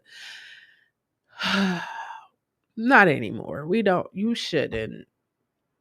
Not anymore. Like you've done that. You're more concerned about yourself looking good than the fact that your fucking child don't love themselves. And then your child doesn't love themselves. And so some adult or some random fucking person, and not even some random fucking person. Nowadays, it's the people in their fucking house is showing them all the love and the attention that you as a parent should have showed them. And now they are in ill-willed situations. And those ill-willed situations turned into bigger things. And now they are older and they can't shake that shit. Like, if you are a young man and you are touched by someone, whether it was a male or a female, that shit was wrong. I know in the people of color community, they would make that seem like that shit is boss. Hey, bro, you smashed out. They will make that shit seem like it is wonderful. It's a beautiful thing. It is not. So now you are an older adult. You are an older male and you smashing, you taking down every fucking body you can take down because you're trying to get that off of you. I'm not gay. I have feelings of gay and I've never addressed the feelings of gay because my Uncle Pete or my brother or my whoever touched me and no one talked to me about that. Nobody, I can't tell nobody that I got fucked by a man. I can't tell nobody I got touched by a man because then people gonna look at me like I'm soft and I ain't soft. The reality of it is you deal with that every time you go in your fucking house, you in your fucking room by yourself, you deal with that all by yourself. We shouldn't have to deal with shit by ourselves. We shouldn't have to. And now you out here got 10, 15, 25, 1, 2, or 3 baby mamas, and you struggling trying to be a good father because you didn't have a father, but you want to be better than your father, but you don't even know what that means. We are all broken or cracked people out here trying to figure life out. And then you have people like me who suggest, hey, you should go to therapy because I went to therapy, not just one therapy, I went to multiple therapies. And I feel like I'm in a better place because of it. And I suggest like, hey, you should just go check out therapy and you have a bad experience. And so you just like, no, fuck therapy. I'm gonna keep giving it to Jesus. And I'm not telling you to give shit to Jesus. I'm just telling you to think about balance. There should be a balance. I know we waiting on Jesus to give us our husband, our wives, we waiting on Jesus to give us that job. I know we're waiting, but that there are things that we can do. There are things that we can do to help us along the way. There are things that we can do to help us along the way. We could seek help. We could pick up a book. We could Google shit. There are things that we can do to help us along the way. But I think a lot of us get to the point where we are just stuck and we don't know. We don't have the OG. We don't have somebody willing to share with us their stories. We don't have that. So we just like, I'm figuring life out the best way I know how. Figuring it out. That's one thing I know that I will be the first to tell you that I'm not perfect. I know that perfect is an illusion that we are told that we should strive to, but when we don't make that perfect level, we feel bad and we feel guilty. Then it's the whole cycle repeating all over. But I feel like if every day I wake up and give light, love, and positivity, and I share and I listen and I encourage or support I feel like that can help me. That can help me. That can help you. That can help us grow. That can help us know, like, okay, today was shitty. And here's what I learned from today. So that tomorrow I could say, let me apply what I learned from today to tomorrow.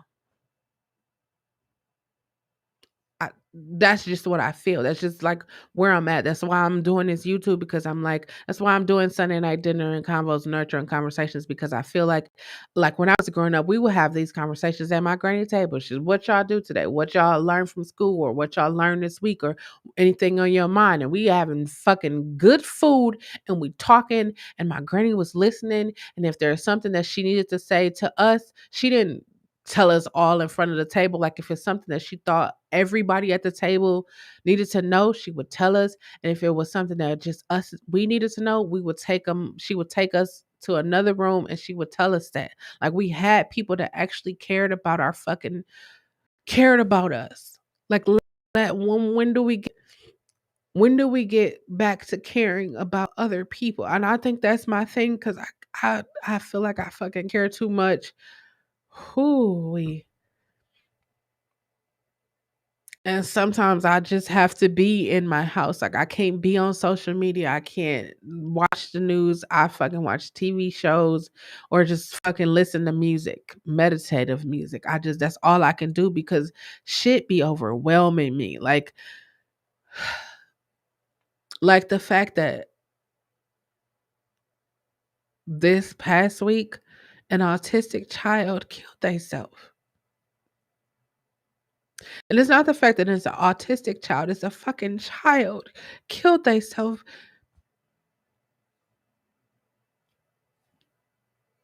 Like, how did we become such a society where we like hate every fucking thing, and anything that's different from us, we don't fucking like it, or we got to point out the fact that it's different from us, and we got to try to make people feel bad because they're fucking different. I know that I'm fucking different. I know that I'm fucking different, and I accept that, and I feel like, what is this show? It's a show, um, with like superheroes or whatever, and they all like different. Like I know that I'm different and I accept that. Like I don't want to be out here like making people feel bad. I know like this shit I'm talking right now. I saw a bunch of you talk about I'm hitting you. I'm not trying to hit you. I'm just trying to encourage you to let that shit go. You got 40 fucking days. I'm trying to encourage you as a parent to hug, touch, and love your child. I don't know if y'all saw the surviving stories, right? I don't know if y'all saw that, but the thing that stuck out to me was the fucking parents.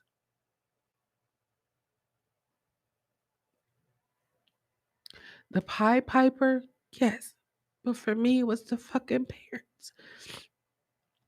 How the fuck do you, as a parent, care more about celebrity, notoriety, money, all of that shit than your actual well being of your fucking child? The woman who had her kids at another apartment, and she was all over social media with her boyfriend while her baby was.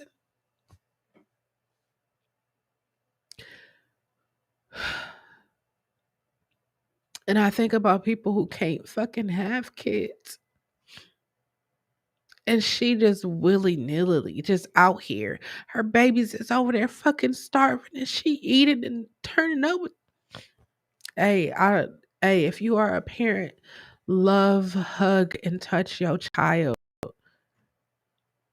Do that. If you can't do it for yourself, if you can't do it for them, I'm asking you to do it for me. And you don't even know me, but I'm gonna ask you to do that. Do that one solid. If you are a parent, think back to what it was like. If you are a male, think back to what it was like when your daddy told you that he was gonna come, and you sitting there in the window, or you sitting there on the stoop, and you waiting for him to come, and he never fucking show up.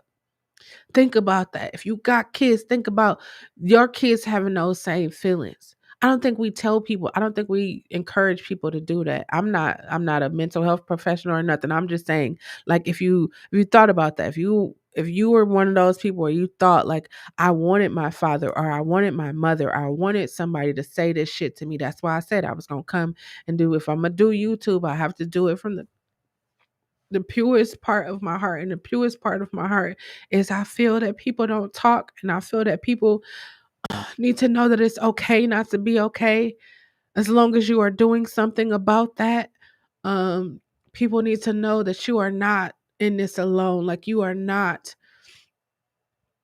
the only one that have ever thought about committing suicide, ending it all, no longer being here. I wish I had the number to drop in here for suicide prevention. I dropped it in the last one, but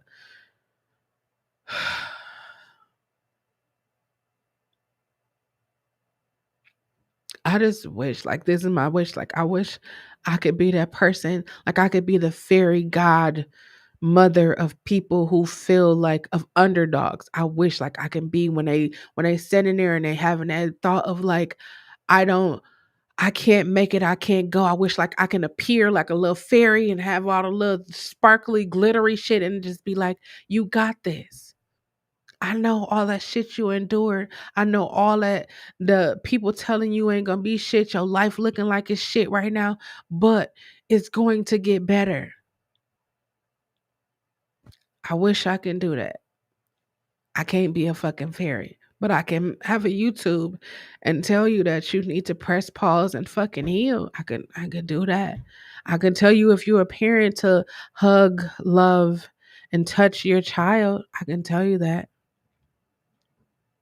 Now it's up to you to decide if that's what you want to do, but I can tell you that. Like I could say it's important as a parent for you to be involved in your child's life, because if you don't be involved, someone will. And if you know, people will. I can say, if you are an adult, it is important for you to use your words to talk to other people. It is important for you not to allow anger for you to say reckless shit like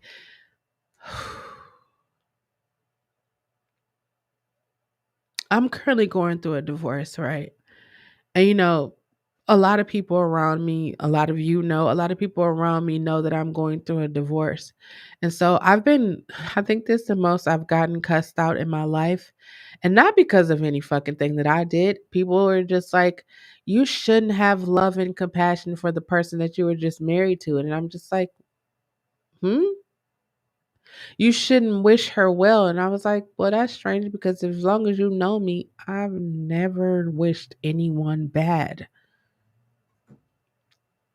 She did this and she did that, and I'm just looking like, you don't think I fucking know what she fucking did? You think I haven't dealt with that for the last fucking year of my life? But I wasn't. I let them do their ranting and raving, and then in grand shell fashion, I just had to let them know, you can't even begin to understand what the last year of my fucking life has been like. You hear me say the words divorce and you just think like, oh, okay, she's no longer with the person she was with, but you don't even understand the magnitude of that. It comes. It's it is definitely weighty. And I'm the type of person, like, you hear about people who get divorced and how fucked up it be and shit like that. And it's just like, how can two people who once loved each other be so fucking, and me, it wasn't me. I'm gonna say it wasn't me. I'm not perfect. It wasn't me. I did pop off because I was like, oh no, the fuck you not. And then I had to reel it back in like that. I don't want that, especially not on YouTube, social media. No, it's a no. Because in my real life, everyday life, if you know me, I ain't no, I'm not, I don't fight. I don't do none of that shit. I just love whatever resources, information I can share with you, I will share it with you. I'm not one of those. Now, when it comes to business, I'm about my coins. Let me say that straight. I'm about my coins. But other than that, if I can help you in any kind of way, I'm here to help you. And people be like, that's why you get fucked over so much. No, I get fucked over. I got fucked over a lot because I didn't have boundaries. I just let people do whatever. Again, because I was, seeking that. Now I'm not seeking shit. I look myself in the mirror. I pay my own fucking bills. I'm good. I I'm good. That's something I can stand 10 toes down and say and be happy about that shit. I'm good. You don't have to take what you get. You deserve better. If you are in a relationship and you look at that person every fucking day, and you're like, why the fuck am I with you? Or you don't have that thing, you with them because you went to high school, they was your high school sweetheart, they grew up on the block with you, they paid for you to get out of jail, they held you down while you was in jail, y'all got a baby together, autopilot. It's time to take it, like iRobot, they was trying to get Will Smith to no, don't conform. Step back from the matrix, take the autopilot off, put your hands on the wheel, feel the tires roll under, feel what it's like to grip the leather of the leather or whatever. If you go into them fancy, feel what it's like to feel that. In the beginning of this, I say, people be like, I shut my emotions off. You can't, you just throw it, you suppress them. And one day, um, they come out in ways that you don't have control over. And then you do shit that you really didn't want to do, or you say shit that you didn't really want to say, and you can't take it back. So now you just gotta, you made your bed, now you gotta lie in it. Like all of that shit. It's just like generational curses. Like if you think about it, right? This is how I rationalize it. You might rationalize it different. A generational curse is something that has been passed down through the generations, right? You mean to tell me not nobody. Yes, I said that. In the generations above me had the courage to stand against any of the shit that was passed down to me. But again, when you're on autopilot, you don't see shit. You don't see shit. So when it got to me, let me tell you what I did. The same fucking thing I'm doing to y'all is the same fucking thing I did to my siblings. I told my brothers, I was like, if anybody, I don't give a fuck who they is, if they touch you and you know that it's wrong, you don't have to sit in silence with that shit. You tell me who the fuck I thought I was. Now that I think about it, who the fuck did I think I was? But I wanted you to tell me because I knew it's crazy, right? Because I was silent when the shit happened to me. But what you not about to fucking do is my brothers or any one of my siblings or anybody that was under me. It's a no for me. That was me. That was me. That generational curse. Oh, I'm fighting them. I'm fighting. I don't got no guns. I don't got no knives. I got bare knuckles. We in this. I'm fighting for you. You and you. I'm fighting. It's a no for me. Generational curses. I'm not who motherfuckers out here happy to be like, oh, it's a generational curse. It's a no, fuck that. Generational means that it happens from your grandmother, great grandmother, grandfather, all the way down to it got to you. And then you gonna literally sit here. You gonna literally sit here and be like, man, if some shit like this happened to my little brother, little sister, I mean, look at me. I made it. I made it. I'm surviving. It was a no for me. I went to therapy. You don't think I talked to my brothers about therapy? Yes, the fuck I did. I talked to everybody. I talked to y'all about therapy. Therapy, I'm not saying it's the end all to be all, but you take Jesus, Buddha, Allah, whatever deity you believe in, combine that with therapy, you have balance. We don't talk about balance. Maybe I should talk about balance next Sunday. I don't know. But we don't talk about balance. We ain't trying to be balanced out here. Like if you grew up in church, it was like you be unequally yoked with the person that you with. Like if you are ambitious and the person you with ain't they don't have any goals or aspirations, that's unbalanced. It's unbalanced. That's why for me, when all this shit happened, it was like, wait a minute, we businesses together, we killing shit out here. So it was like, surprise. It's a no for me. And then let's normalize this, all right? Since we're talking, press pause, heal. If you have a friend and your friend is going through a breakup or anything along those lines, a divorce, anything like that, be that friend that doesn't suggest that The only way you get over somebody is to get on top or under. Don't be that friend.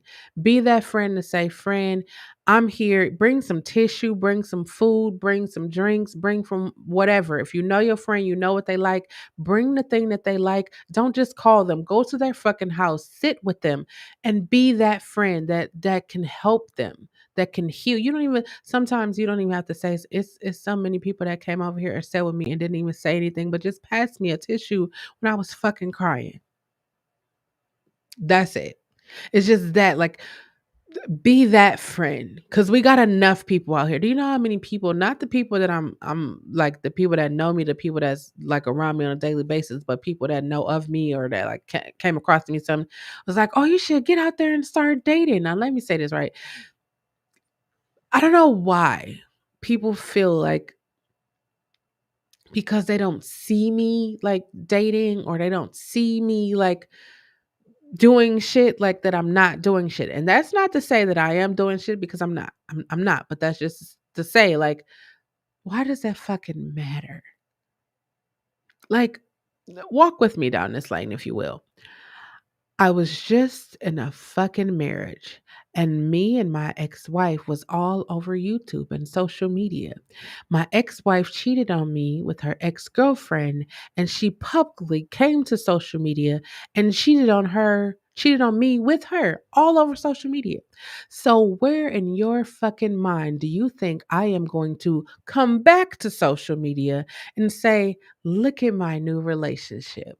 If you think that's what I'm going to do, you clearly don't know me. If you think that I'll just it was not my thing to be like, let me publicize my relation all over social media because that's not me. If you know me, I never keep secrets, but it's some things you just have to hold to yourself. Just some things you just have to hold to yourself. And you probably like, damn, you told us everything about your life on the YouTube. I did. And I did that intentionally. I didn't was like, ooh, I didn't mean to tell you all that. No, I told you everything you fucking should know about anybody.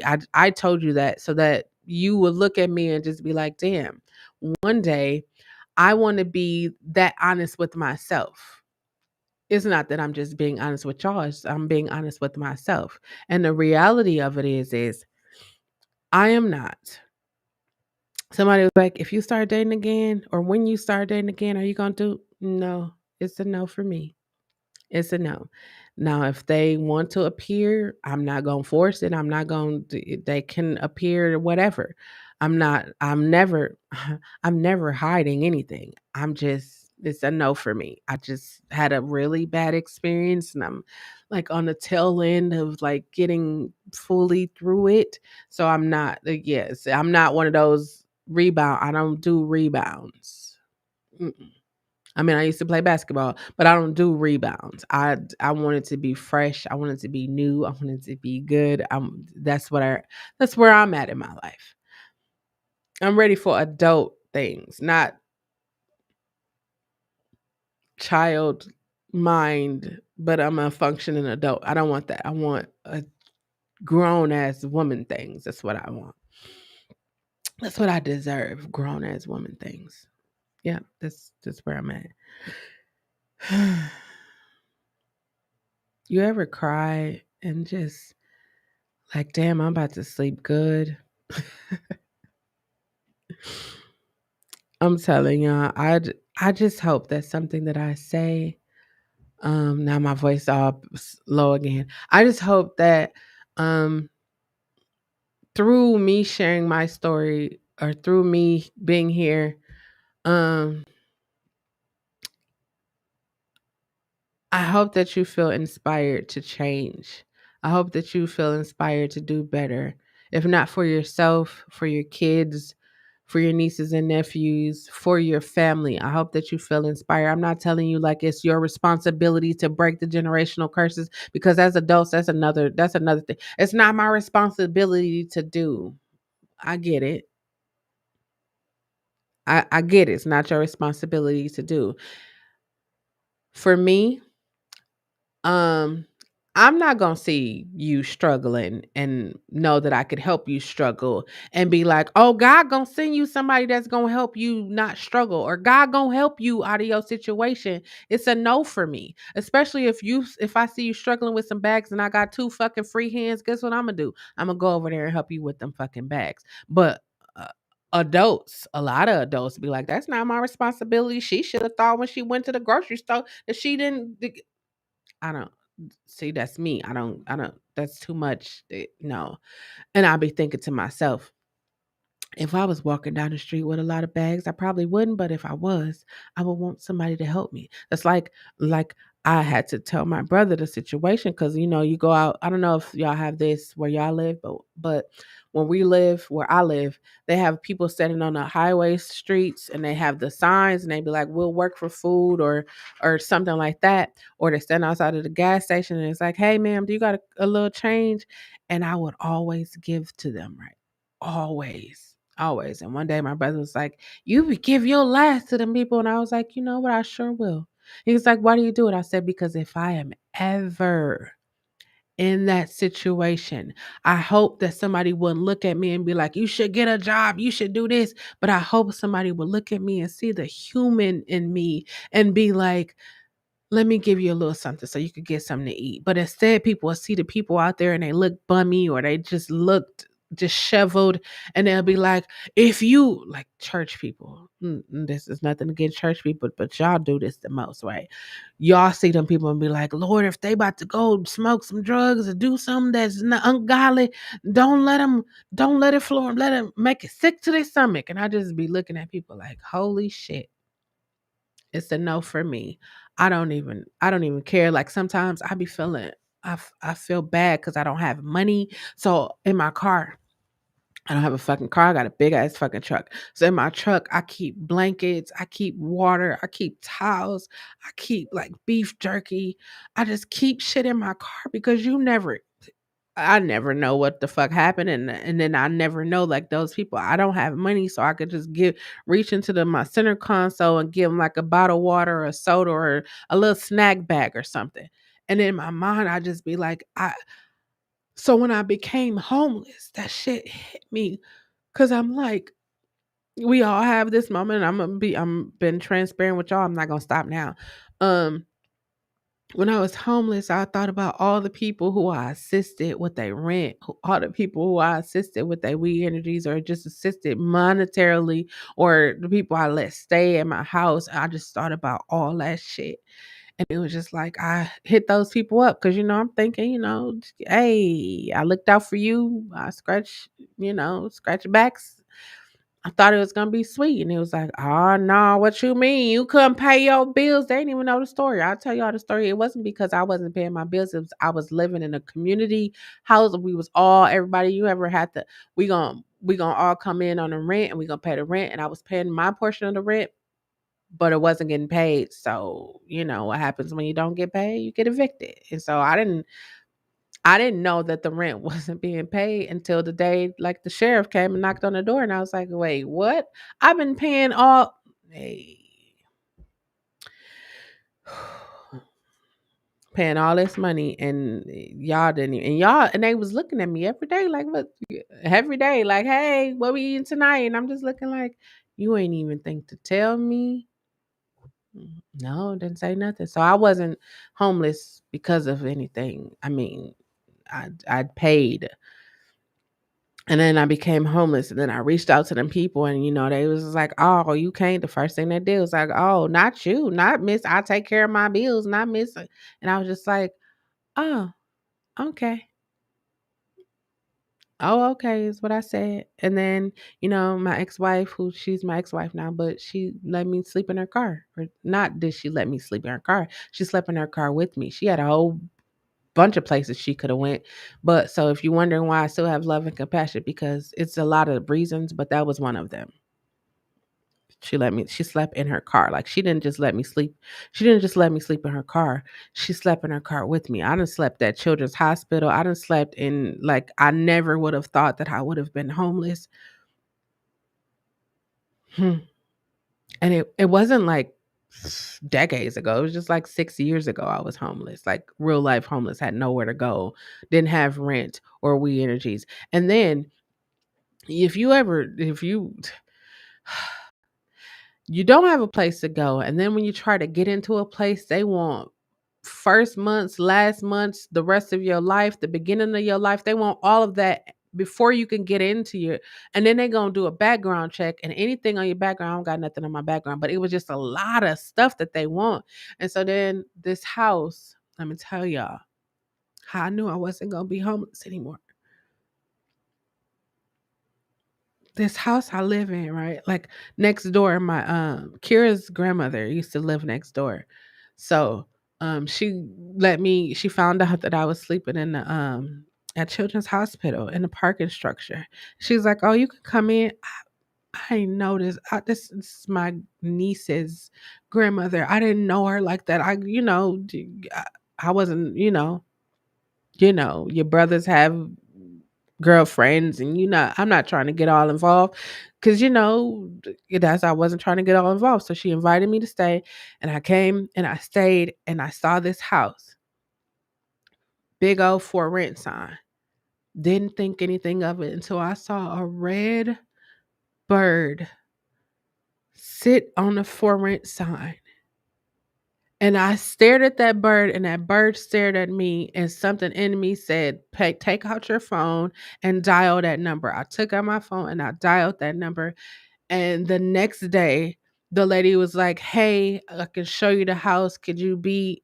She didn't know I was sleeping. I was sleeping next door. She didn't know that. So I was like, "Sure, I can come at this time." And so I walked through the house, and I was just like, "This is going to be my house." Walk through the house. I leave, the lady leave. Well, I didn't leave because y'all know I was staying next door, but I go get in the car. Me and my ex-wife get in the car. And so I'm like, this is gonna be the house. So like a week or so go past, and then the lady calls me and she's like, "Well, you don't qualify for the house." Um, so I put her on speakerphone. She's like, "You don't qualify for the house. We need first must last, all of that shit." And I was like, "Okay." And now my ex-wife looking at me, she's like, "How the fuck are you so calm and cool?" Like she really like, what the fuck is going on? What do you know that I don't know? And I'm just like, I'm sitting there, and I kid you not, a red bird came and sat on the fucking front sign. It's the second red bird I saw. I said, "This is my house. This is where I'm going to live."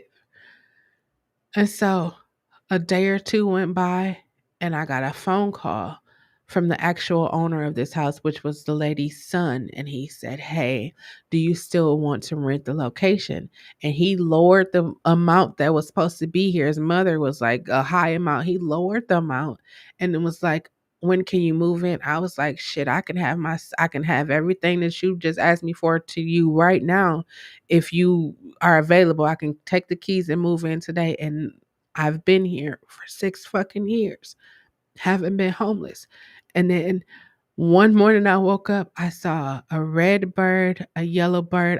You probably like, what the fuck is the significance of a bird? I've never took the time to fucking watch birds. I never seen a fucking red bird in my 40 something years of living. No, it wasn't 40. It was, well, you know what age I'm talking about, a couple of years ago. I had never seen that. You see it in fucking books, or you see it on fucking like YouTube videos or shit like that. But my eyes, like it's right there. I could see it. I could, if I run real fast, I could probably catch it. Can't, but I seen those. And for me, it was just like, it was a sign for me. It was a fucking sign for me. And I took that sign, and I've been here every fucking since. So for me, I believe in nature. I believe in the universe. I believe in all that shit talking to you and telling you where you're supposed to be. I believe like this Sunday night dinner and convo, nurturing conversations was not just so that I can, encourage or inspire you to grow and learn and love, but to continue to make sure that I am on my P's and Q's when it comes to my own healing and comes to my own understanding of myself. I was literally driving today, and I was just like, damn, I Fear commitment. Now I'm be taking on all kinds of fucking commitments. So as I'm coming to this moment right here, I'm about to wrap it up. I know y'all probably be like, damn, she done laughed, cried, been angry, happy, sad. As long as you are alive, as long as you are alive, you will go through those emotions. I have chosen to say, you know what? Because I know that I'm going to deal with them when they come. So when they happen again, I'm not all discombobulated. It's like, oh, okay. You know, oh, okay. Um, I'm a Cancer, so the significance of those birds, it's definitely like,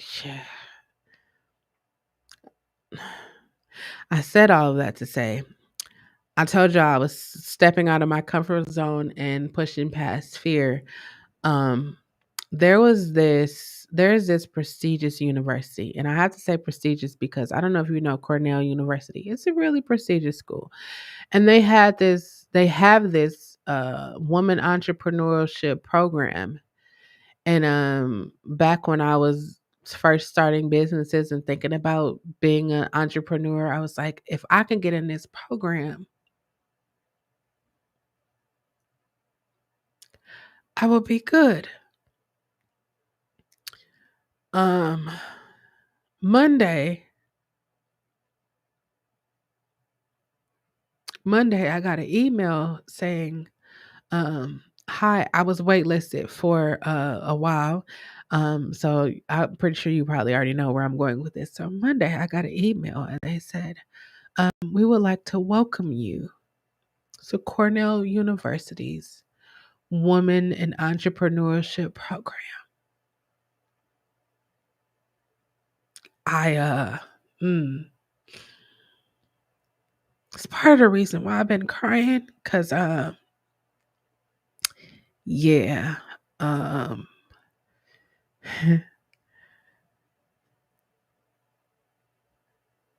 I I'm pressing pause right now, y'all, cause I'm yeah. So there's that. I'm attending Cornell University right now, online, of course. Um, I am writing a book for music artists. Um, I have an idea, or it's no longer an idea, it's already into iteration, or it's already being done. So, um, I will be working on it this week, and I'm starting another podcast entitled Nurturing Conversations. Ta-da! Um, and my business is doing shit that I didn't even like. I didn't even I don't know why I didn't think about it doing the things that it's doing, but it's doing shit. And I'm grateful.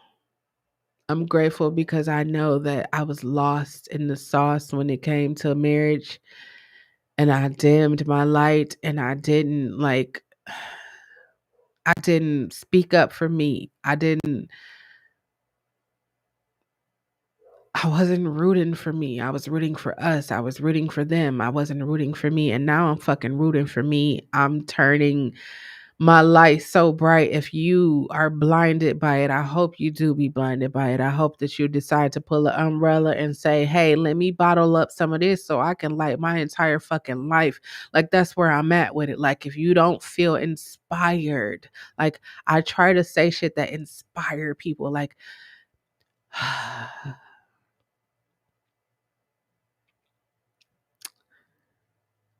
I used to laugh growing up in church because people was like, I want to be a bishop, an evangelist, a missionary, all that shit. And I was like, I don't want to do none of that shit. I don't want to teach people. I don't want to talk to people. I just want to fucking live and be happy. I want to wear my fucking Eddie Bauer and travel around the fucking world and just be happy. That's what I wanted to do. But again, we don't have any control over this shit. If I did, I wouldn't be sitting here crying right now. No, I probably would because people have this thing like cancers be crying all the time. I know y'all probably like, damn, every Sunday I come, she be fucking crying. And I do. And I must be crying for the rest of my life because that's what happens.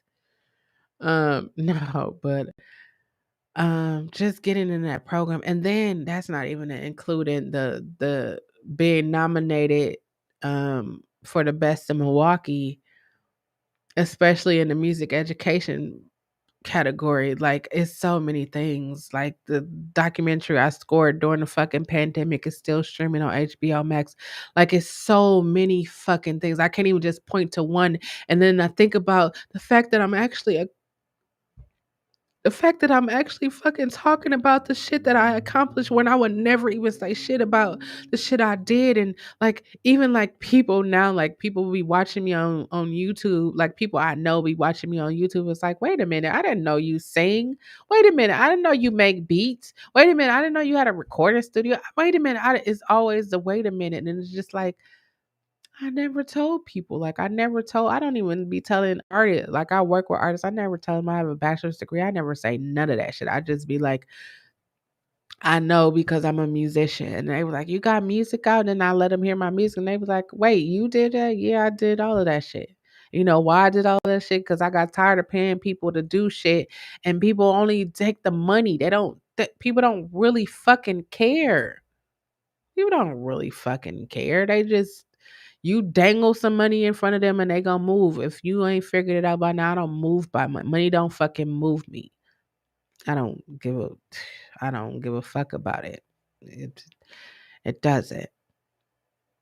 And a very wise person told me, they said that's how I know, that's how you should know that you're gonna be real wealthy. And I think about it every day I wake up. I have a wealth of love.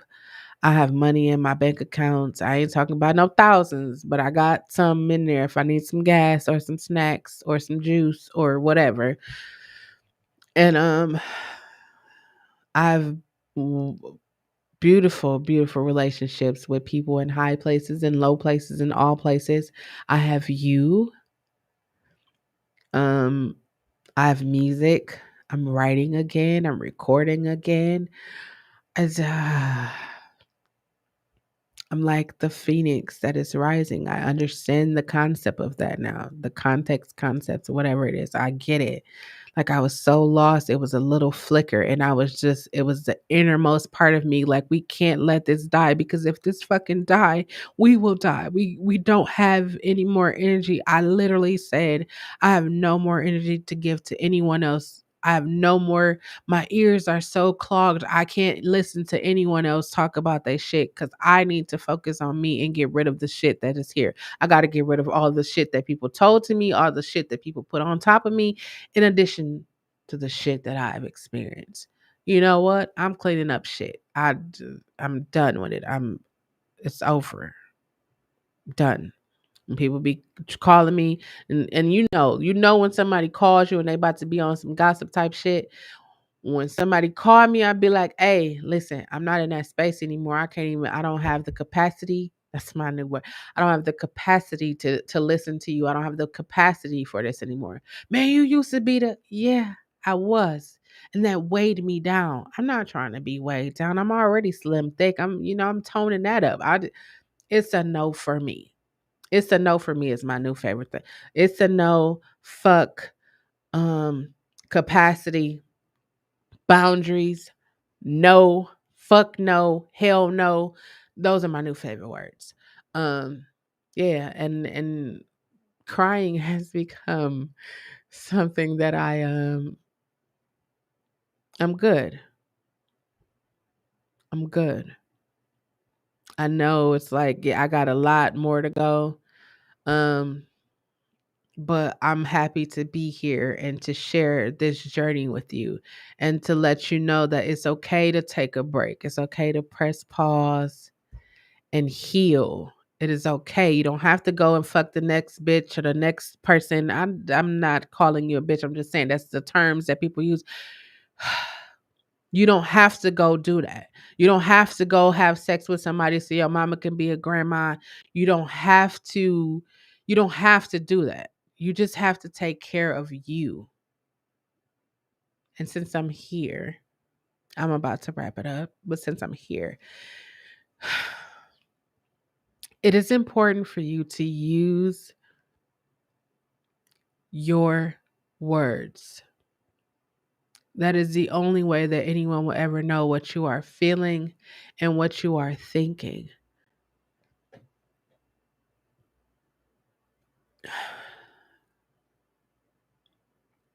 I'm telling y'all, I don't know if y'all have paid attention to this, right? I didn't like to hear the sound of my voice. I have used my fucking voice so much in the last year. Like every time I hear myself, sorry y'all, I'm not sorry, but every time I hear myself speak, I just is warmth. It's a warmth that come, and I feel stronger. Like I feel like Shira. Yeah, I'm probably too young. But let me think of somebody that Wonder Woman. Yeah, probably still too young. Any female soup. Wait a minute. Wait a damn minute. Any female superhero. Like, I'm trying to think. Wonder Woman, She-Ra. Wait a minute. Why we don't got a lot of hey. Okay, now hold on. Why we don't got I got to be missing somebody. I got to. Catwoman? Where's all the women wait a minute. Where's all the fucking women superheroes? Cause whether y'all believe it or not, we are some fucking superheroes, like real life. I don't got no kids, but you women who have kids, you are a fucking superhero. Um, we I can't believe, but I feel like Shira. The more I talk, I feel like I feel powerful. I feel powerful. Um, in case you didn't know, I don't know where you've been living at. We're currently surviving a global fucking pandemic, and you should be living your best life right now. Um, we are 40 days away.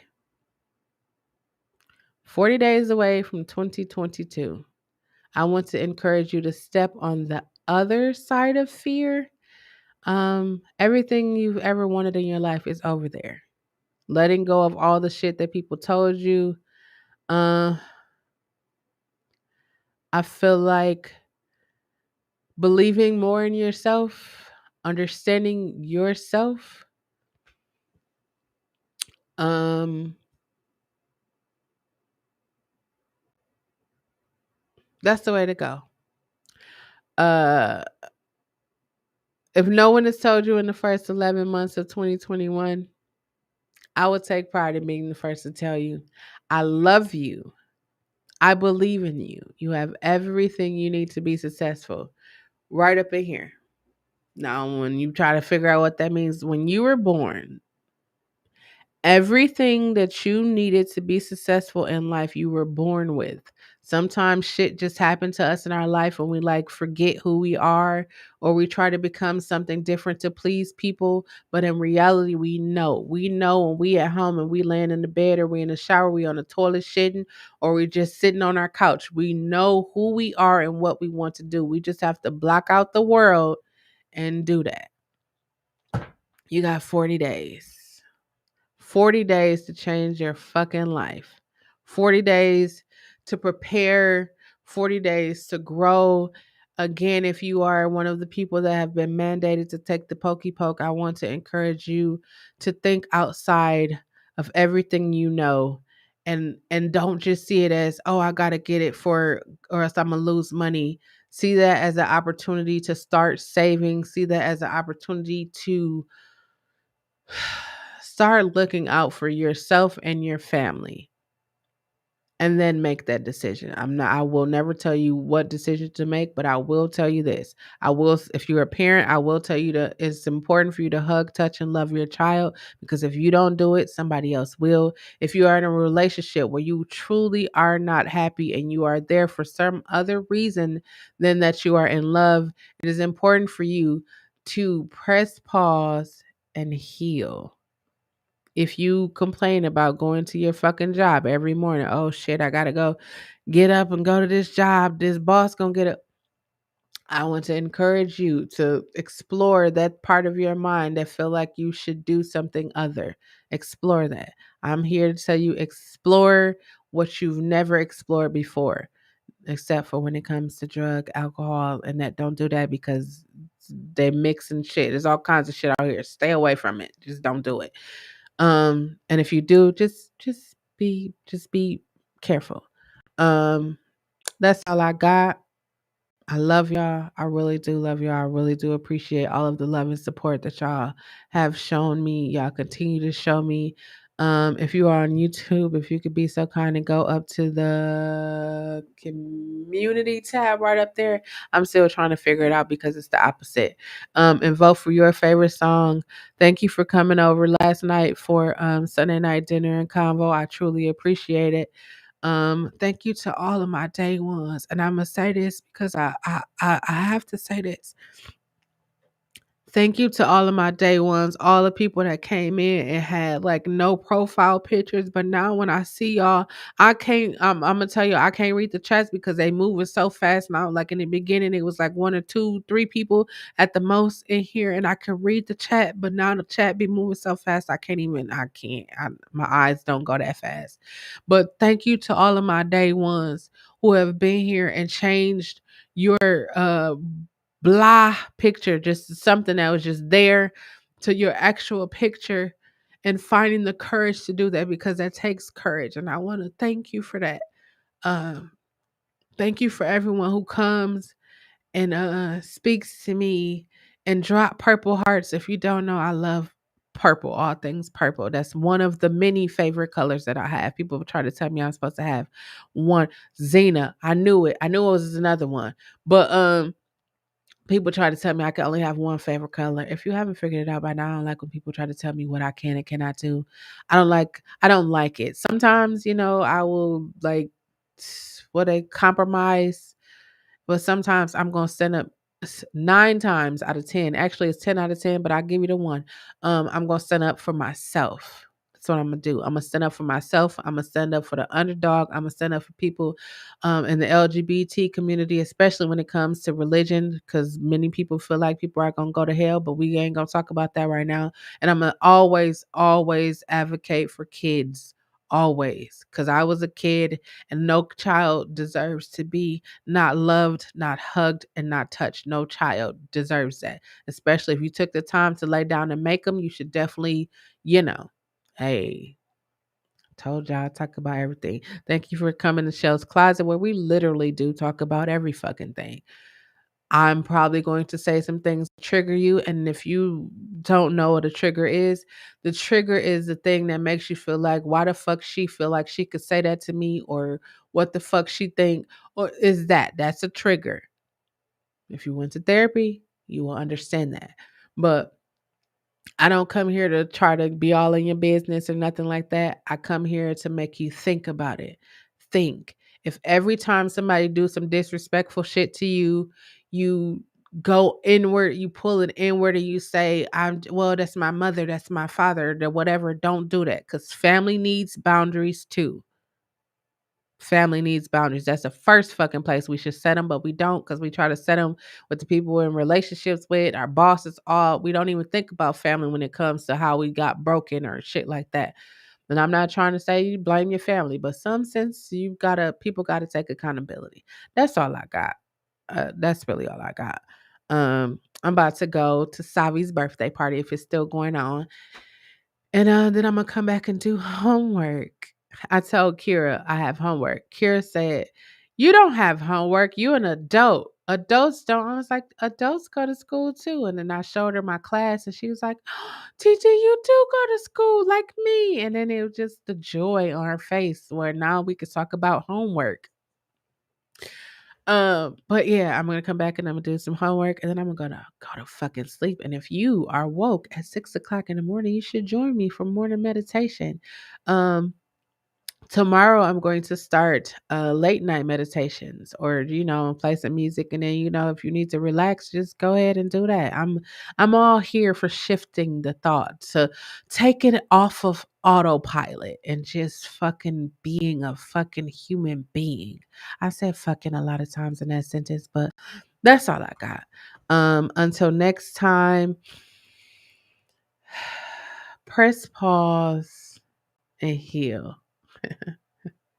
Thank you for coming. Until next time. Peace.